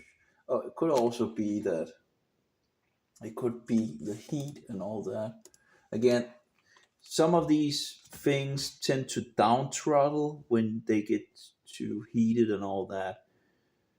So, like when you see a micro SD card, they tend to really, really, really, really, really quickly get overheated. I have no idea why they wouldn't have, made some kind of heat dispersion or something like that in the inserted card reader. It shouldn't be so difficult to actually just make, on top of it, like some kind of heat dispersion or something like that. The thing when you plug it in, it's metal, right? So they should be able to make some kind of heat dispersion. So, but I guess no one seems to be thinking about that. Um,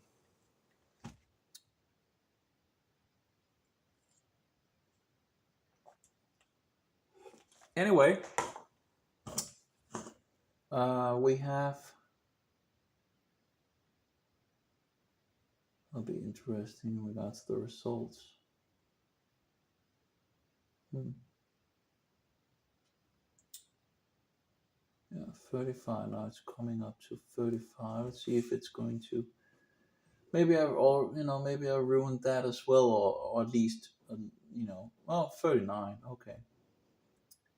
So now it's coming up to 39. So that might be the exFAT apparently.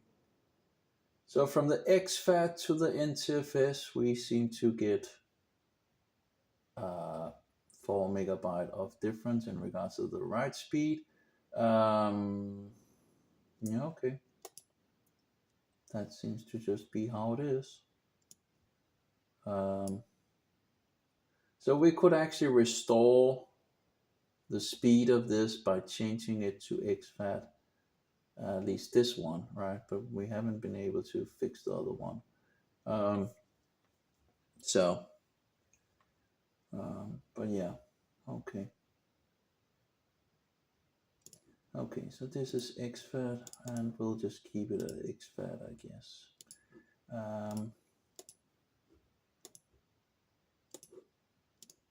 For now, at least. Let's take it up. And let's try to take the one that was ruined and see if we can get it up to speed again, or if that's just ruined. Oh, this is just annoying. Yeah. Inserting in is just doesn't make. Okay, let's see format. See format and into this. I think some of them was FAT32, right? So maybe the Kingston was actually FAT32. But of course I can't make it to FAT32 because I don't have that option.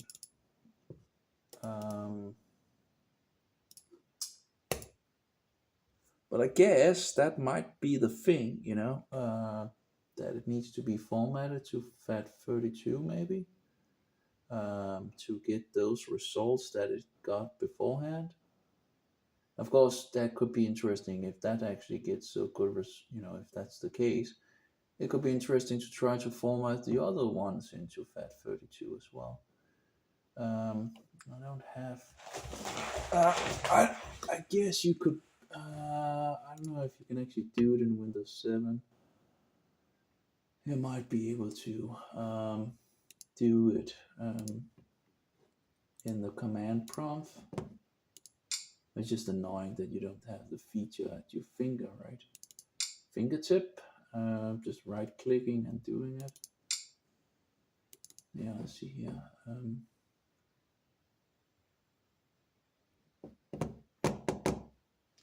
Let's see if we can open the Opera browser from my SSD. It's running from a USB 2, so it shouldn't be so quick to open up and all that. And of course, it's not, but it's okay. Okay. Because I guess it might be in regards of, because some of them was FAT32, you know, I remember. So I guess Windows just okay fat, just fix it to exFAT instead. Um, yeah.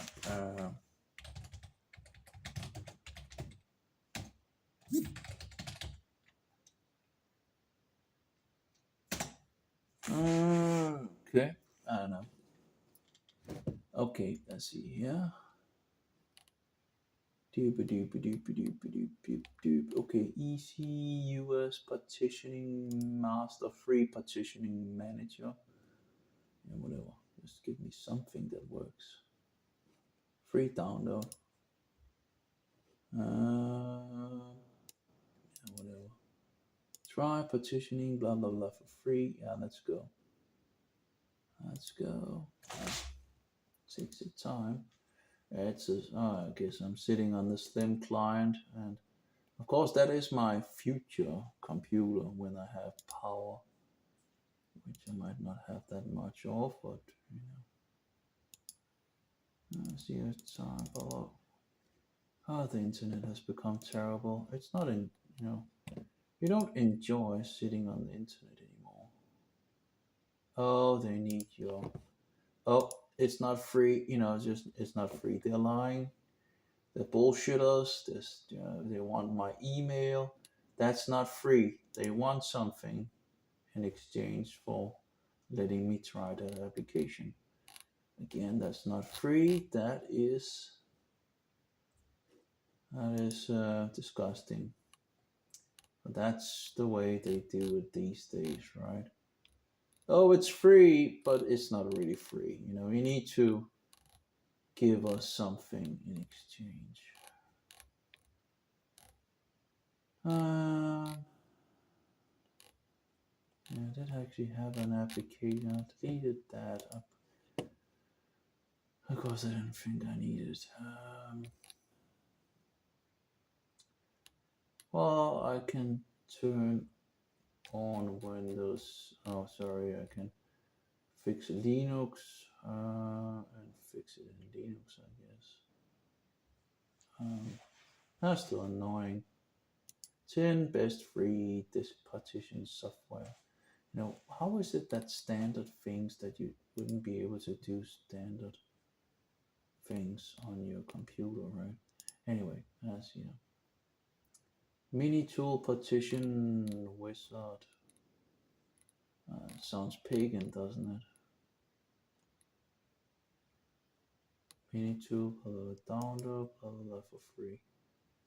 Just get on with it, right? It's incredible how many, you know, web pages and applications and pop-ups and whatnot you need to just get done what you really want, right? It's just the devil wasting the time of the user, of people.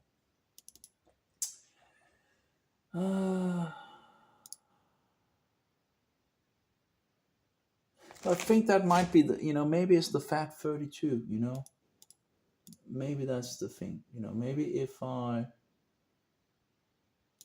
continue free, yeah, mini partition free, show disk, no, that doesn't matter. Nope, let's go. See if we can just, I know I had some programs that I installed at some point to doing it, but can't believe I got all those spots, you know. Didn't have them in the past before the explosion. Okay, let's see here. Okay, so here we can see the things and we can see the, but that's the Kingstone. There we go. And let's see here, partition recovery, wipe disk, convert, delete, rebuild, delete partitionings. Yes. Okay, apply. Yes. Okay, we see an old hard drive running around. Okay, that's yeah. So we go here and we'll say create and FAT32. Cluster size, default. Just say that. And go. Okay, so now we should have fixed it to a FAT32 again. I probably can do it in the command prompt and all that. Well, I don't see the drive. I guess I need to take it out and again.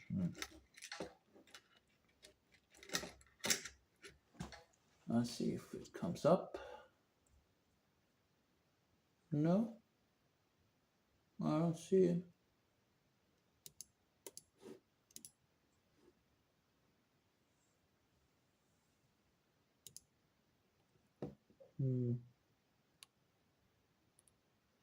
Oh, apparently it did. Oh, it didn't. Okay, apparently I didn't create it, I guess. FAT32, blah, blah, blah. Okay. Then you need to say apply. Okay, and yeah, okay. I thought it did it, but maybe I didn't. But, who knows? I can't remember anything these days. Okay, applied. Okay, so let's see if it comes up. Okay, I see it. Properties. No, let's see. Yeah, properties. Let's see. FAT32. Okie dokie. Let's try to run the disk thing and see if that helps on the. Let's see if it rescues the speed of the Kingston USB.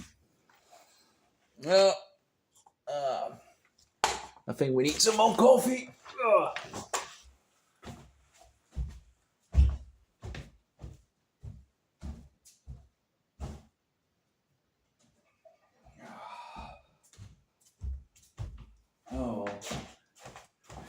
I guess it's small stuff. Small things, right? Just trying out things, I guess it really doesn't matter much. It could be interesting actually to see if that actually makes the drive quicker, right? As maybe I could try it with the other drives and see if that actually does anything. But if it doesn't do anything, I'll just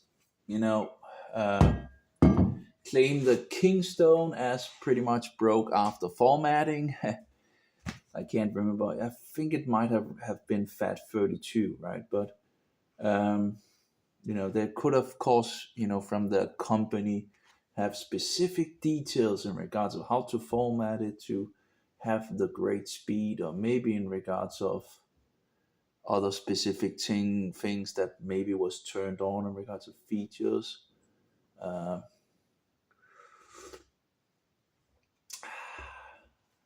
It seems like it's still broke in regards to the speed. Yeah. So, like, I don't know.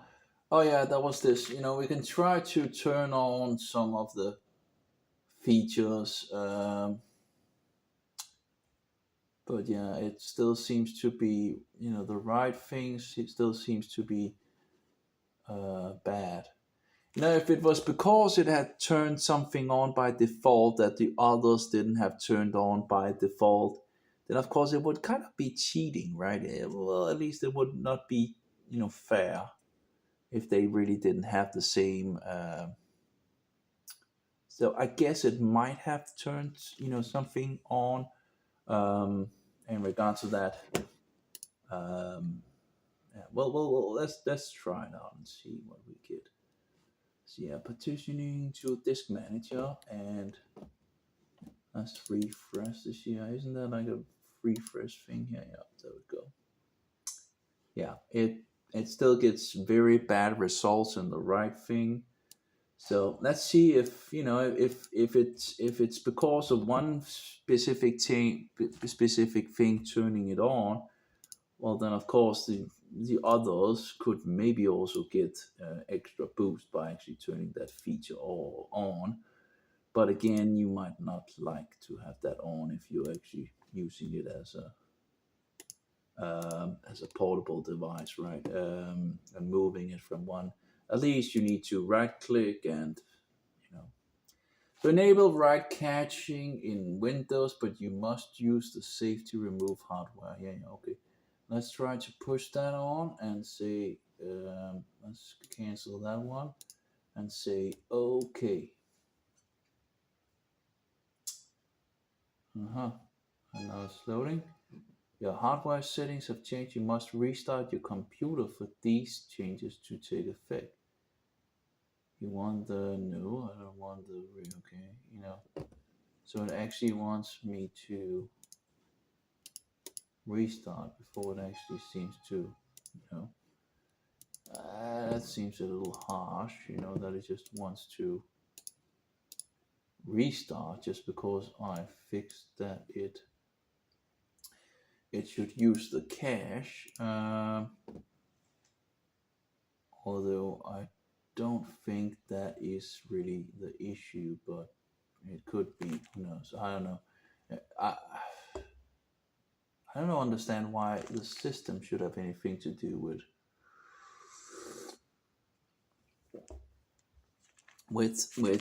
needing to restart. You know.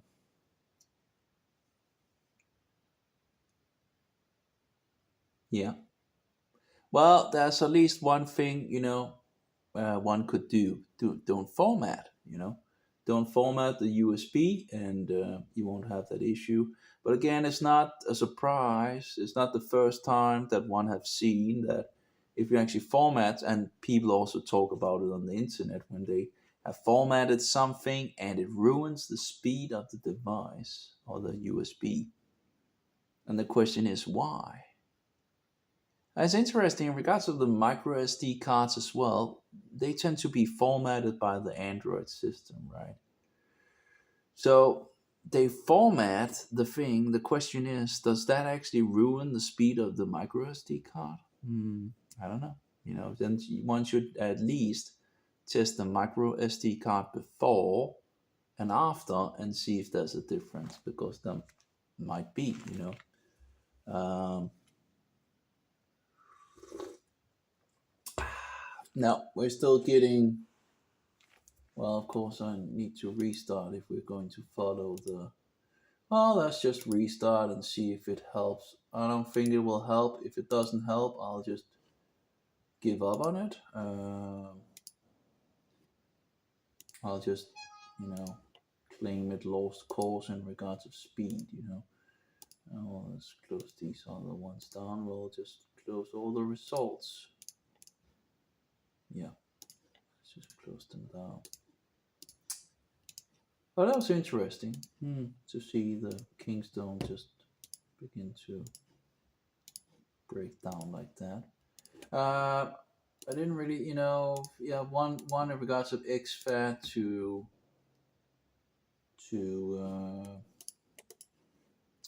to NTFS did, you know, remove like 3 MB, but that's not, you know, that's, you know, 3 MB or something like that, right? The other one is like, it's like, you know, nearly 70 MB. Oh, I get some issues. Oh, okay. Some issues apparently. So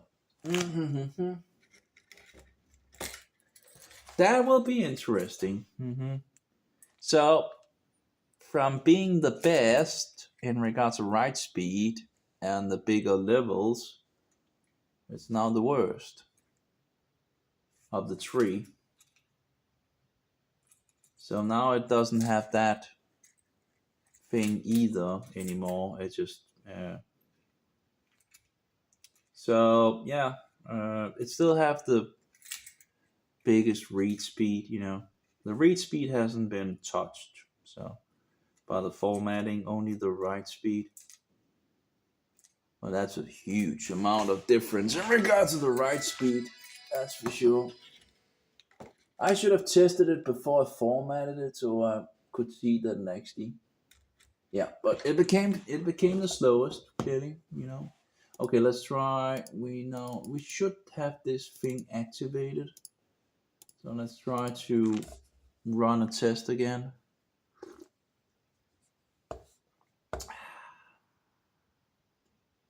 Yeah, typical Kingstone, I guess. 321, blah, blah, blah, blah. Last time I talked to Kingston, they ended up stopping responding in regards to the.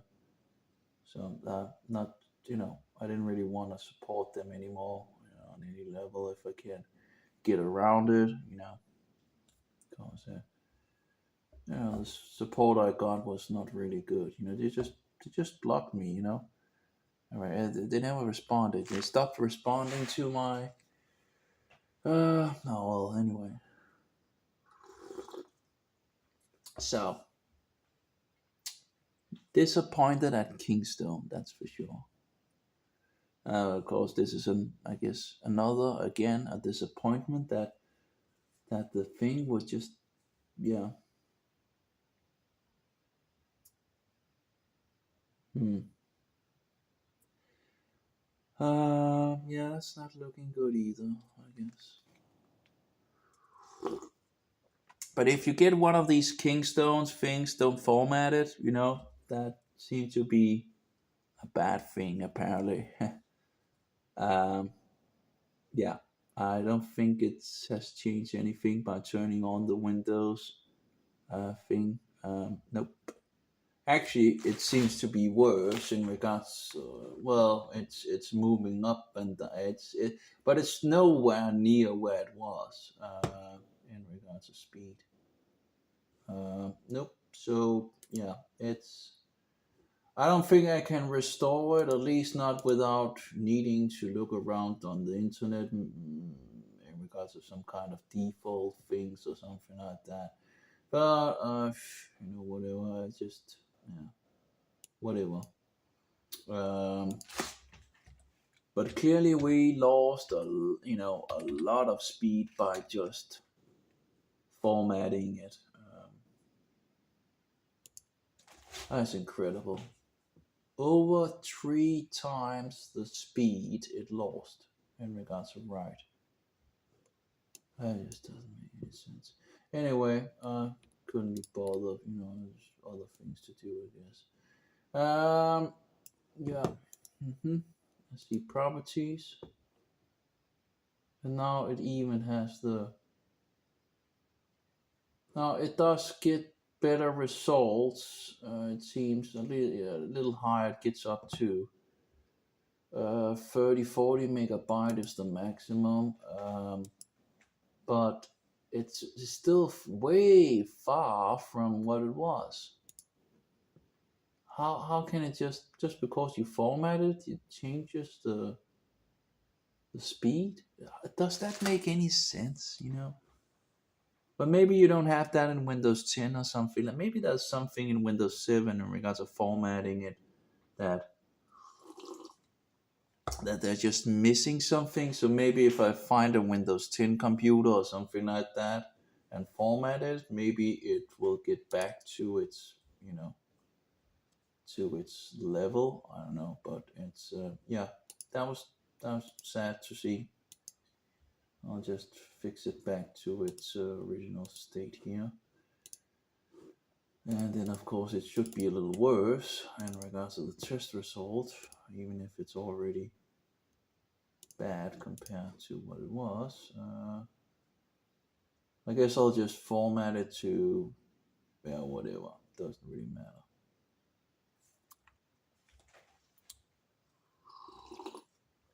It depends in regards to what I want to use it for. So, I think Verbentime is, that's probably the. But then again, the USB 2.0 is pretty consistent in its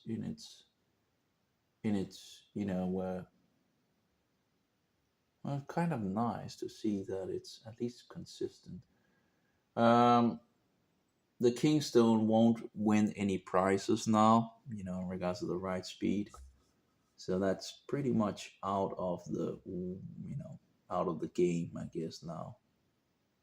It's ruined apparently. Formatting ruined the, you know, um, I don't know.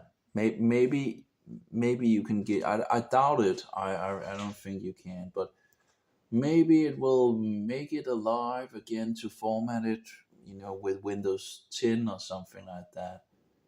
I doubt it. I just think it's designed to probably do like that. As typical nonsense from the companies and all that. Maybe you can find a specific application in regards of restoring it or something like that. Yeah, but whatever the case, it took over 3 times the speed of the right speed.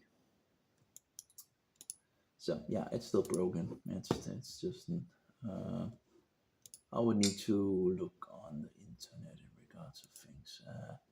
That's just sad, but I guess okay, we'll take that into account or not. Well, anyway, let's just say cancel and um, let's just format it to. Should we take XFAT for all of them and just try it out with that? No, I don't know. XFAT, I would probably use interface. I can't remember if, I guess Linux can probably see both. I mean, see NTFS, I know. So yeah, let's just fix it to NTFS. I think, right? Yeah, let's just fix all of them into NTFS and do a little check on all of them, and might be a little slower than XFAT on some of them, but although I haven't tried Verbentime, the difference in regards of no, yeah, I think I actually have. There wasn't really much difference. There wasn't much difference on the other one in regards of. Maybe I should put them all on XFAT then. I don't know. Yeah, well, whatever. Let's just okay. Let's just take XFAT then. I don't know. Okay, I'll just format XFAT default. Oh, default. Let's see, default allocation. Okay, and let's run the test. And yeah, and then I guess I'll just compare them again. But I think as far as I can see, Verbentine wins the day. It's still the one that is the quickest in the smaller files, and the Kingstone is the worst. And now that the write speed has been lost on the higher levels in regards of Kingstone, then actually the Kingstone has become the slowest of the three. It doesn't really do much, it doesn't really do good, in regards to that level. That really puts it, off in some sense. It doesn't really make it something that, further helps the Kingstone in any way.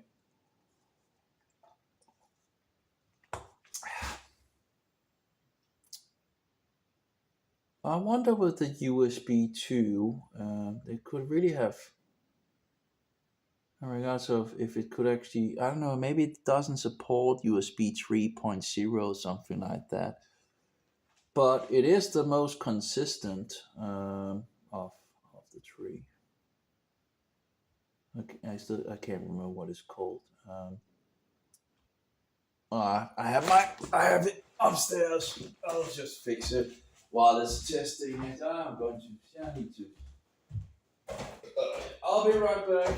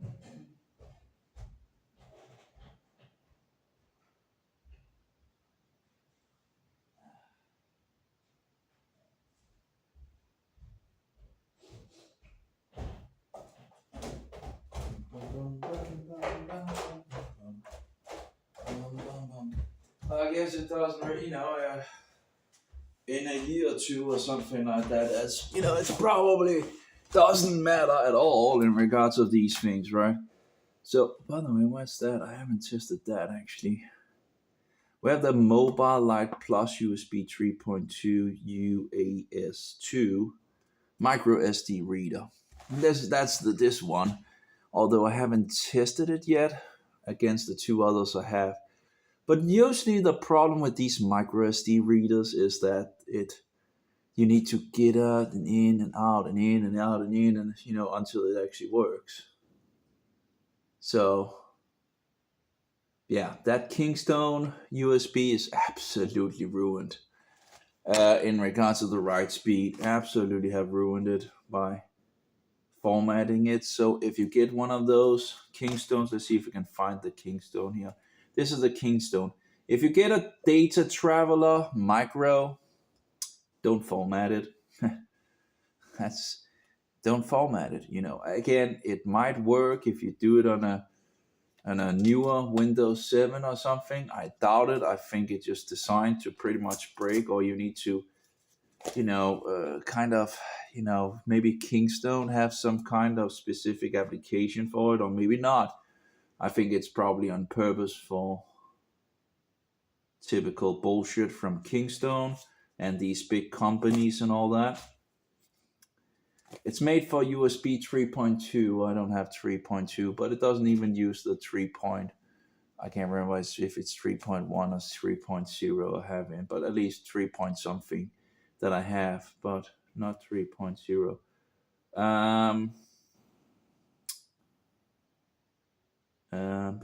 USB, blah blah blah blah. Actual available, and in regards to, they just tell you they lie to you in regards to how much space there actually is, because this world is run by Satan. So we want to have lies everywhere. Okay, some guarantee nonsense and all that. Again, I could, Oh yeah, here we go with the D-Lock. This is the D-Lock. It came like in a square box with, for the square, USB. That actually has the most solid and solid design, and that although it only seems to really do USB 2. Well, it says maximum speed is 103 megabyte. Okay, I haven't seen any results in regards to 103 megabyte in regards to read speeds, but okay. For more information, scan the QR code. Okay. Doesn't seem to actually. It doesn't say USB 3.0, but then of course wouldn't be a surprise if it doesn't really do much. They have a dlock.com website, so maybe one can have a look at that and maybe get some more details or something like that on it. But it doesn't really say that it's 3.0 or anything like that. So, but it seems like it's more made for USB 2.0. Although it has the blue line, but I guess that just means that it supports 3.0, but yet really only does results that looks like USB 2.0. But again, it's pretty consistent in its speed, and it pretty much, it seems to be the one that actually is the fastest in regards to moving files, at least now in regards to the write speed. Yeah, that's just terrible. We still see around 200 read from the Kingstone thing here. Where was that? Kingston over here. Which is also says, it says 200 megabyte, but then it says, R for read, I guess. So that's only in regard to the read speed. Okay, let's take the next one here. This is the Verbentine. I'll take that and put it. And that's also is kind of, having a terrible thing to push compared to. Well, let's see what we have here. And right click. I think it was, was it exFAT that we formatted things to? And default allocation and start. Okay. I think it was. That's hard to remember, but I think that was the thing that we did. Okay, let's run the Verbentine then. But in any case, all of the three are pretty small, and they, all three have something where you can put them on the keys. So it's pretty easy to, it's pretty easy to have them all in the keys. They don't weigh much, and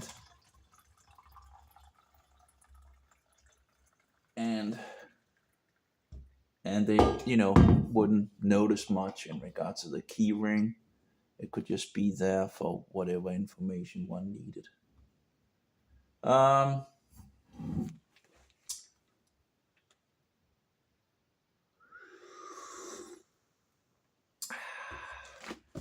So the Verbentine, I see here, and that's the, okay, we have the standard. But here we have the Verbentine Metal Executive USB 3.2 Generation 1 drive, 64 gigabyte high-speed data transfer. And in regards to the high-speed data transfer, but in any case, it doesn't really say what maximum they have. But high data, advertising for nonsense, and you just give us the results, right? Instead of liars, all of them pretty much, right? Doesn't matter which company. High speed data transfer, but they don't write what high speed data transfer is, because it doesn't really matter if it runs USB to 3.2, right?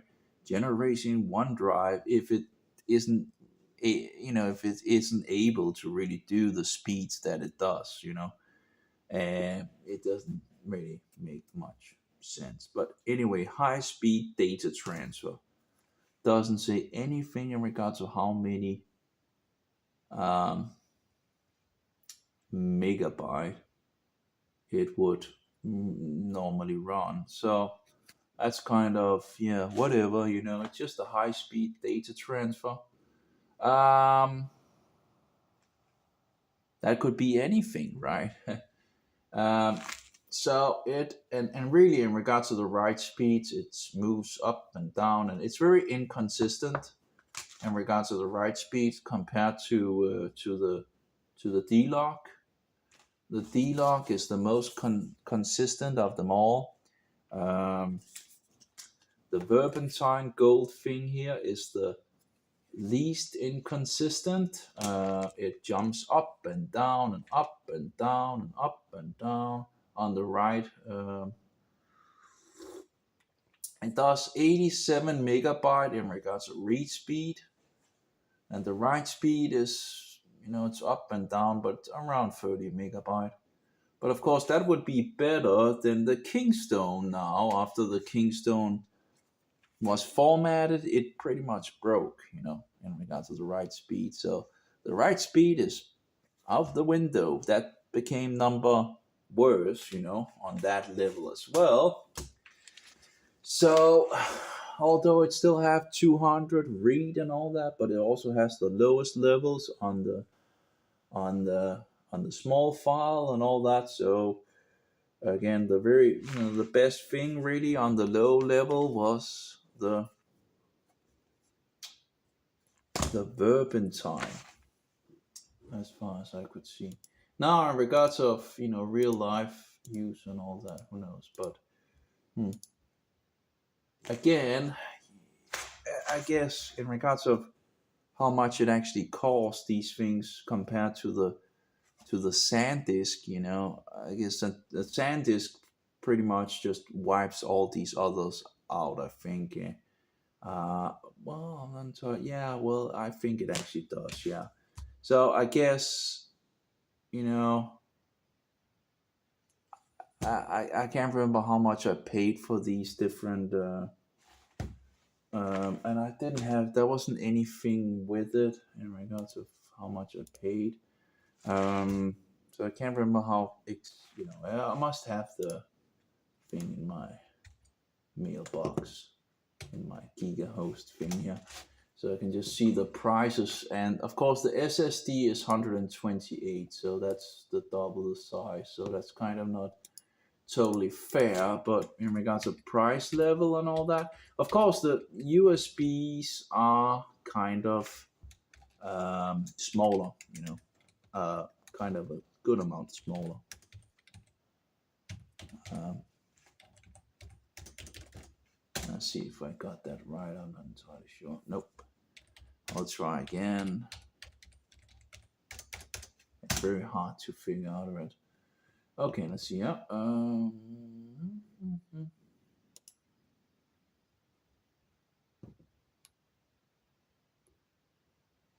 Well.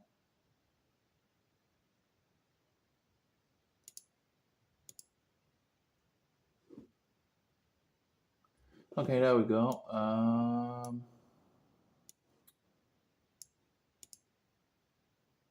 Okay, 64, 64, and 64. Okay, let's see here. Oh,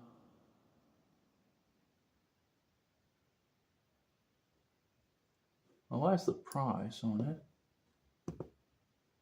Oh, maybe up here. Shopping, blah blah blah. Well, that's in regards of, okay. Where's the price? I have all these other things in regards of.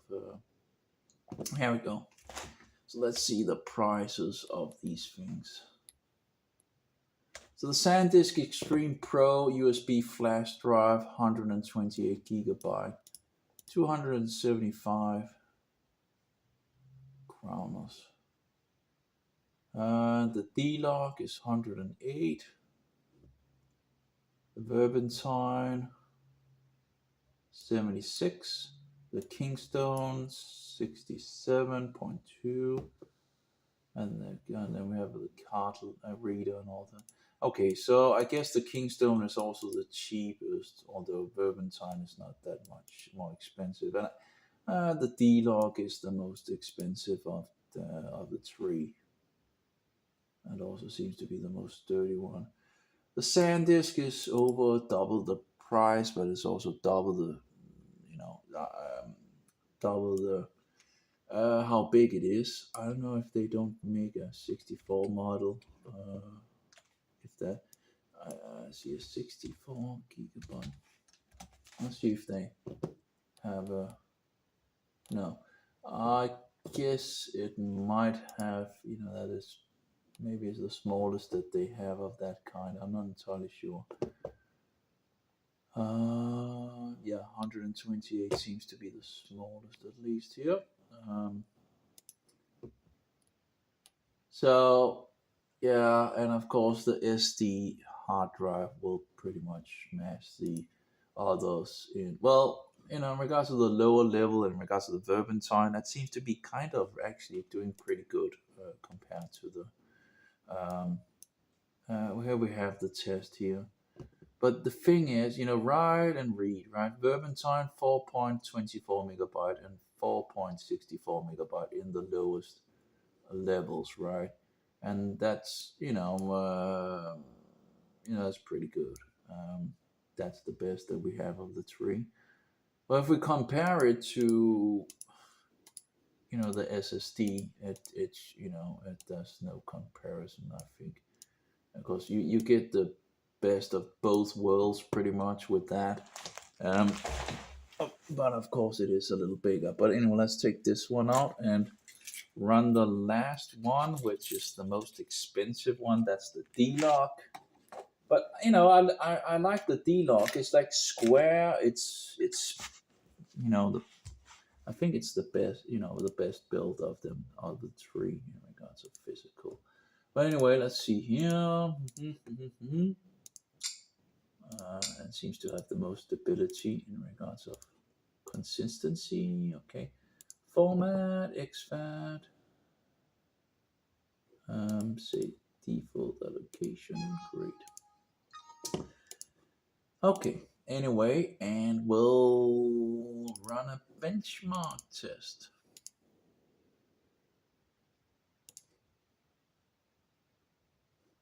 On it. There we go. So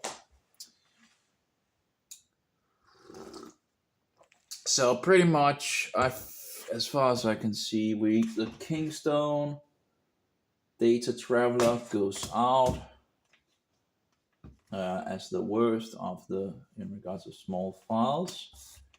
The Super USB stick actually did pretty good, but I think the Verbentine seems to still be the best of the three.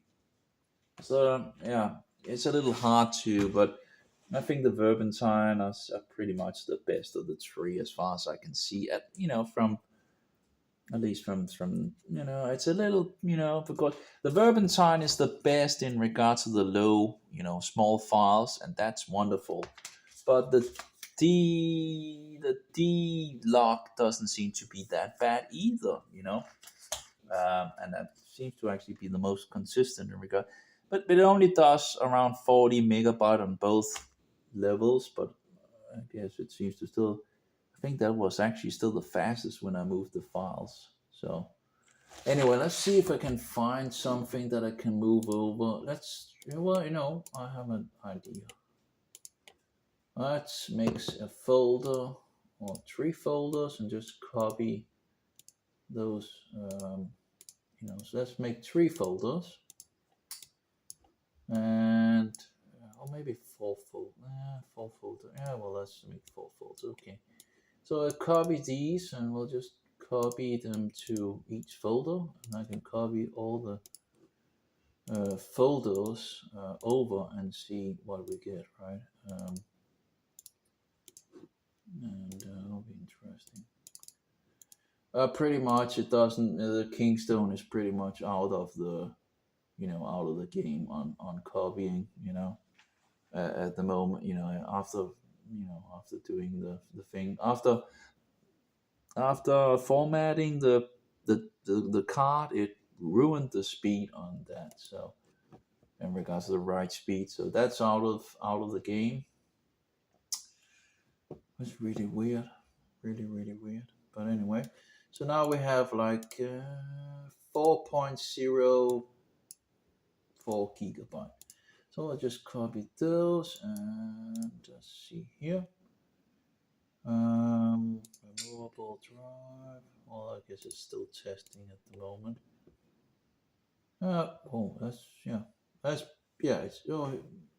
Is that? Yeah, I guess it's exFAT at the moment because it's doing 39 megabyte and 43, very consistent. But it does pretty good in regards to the write at the lower levels for sure. Compared to being an USB key, it's actually not that bad. So anyway, let's say cancel for that, and we'll get to the. Let's get to the.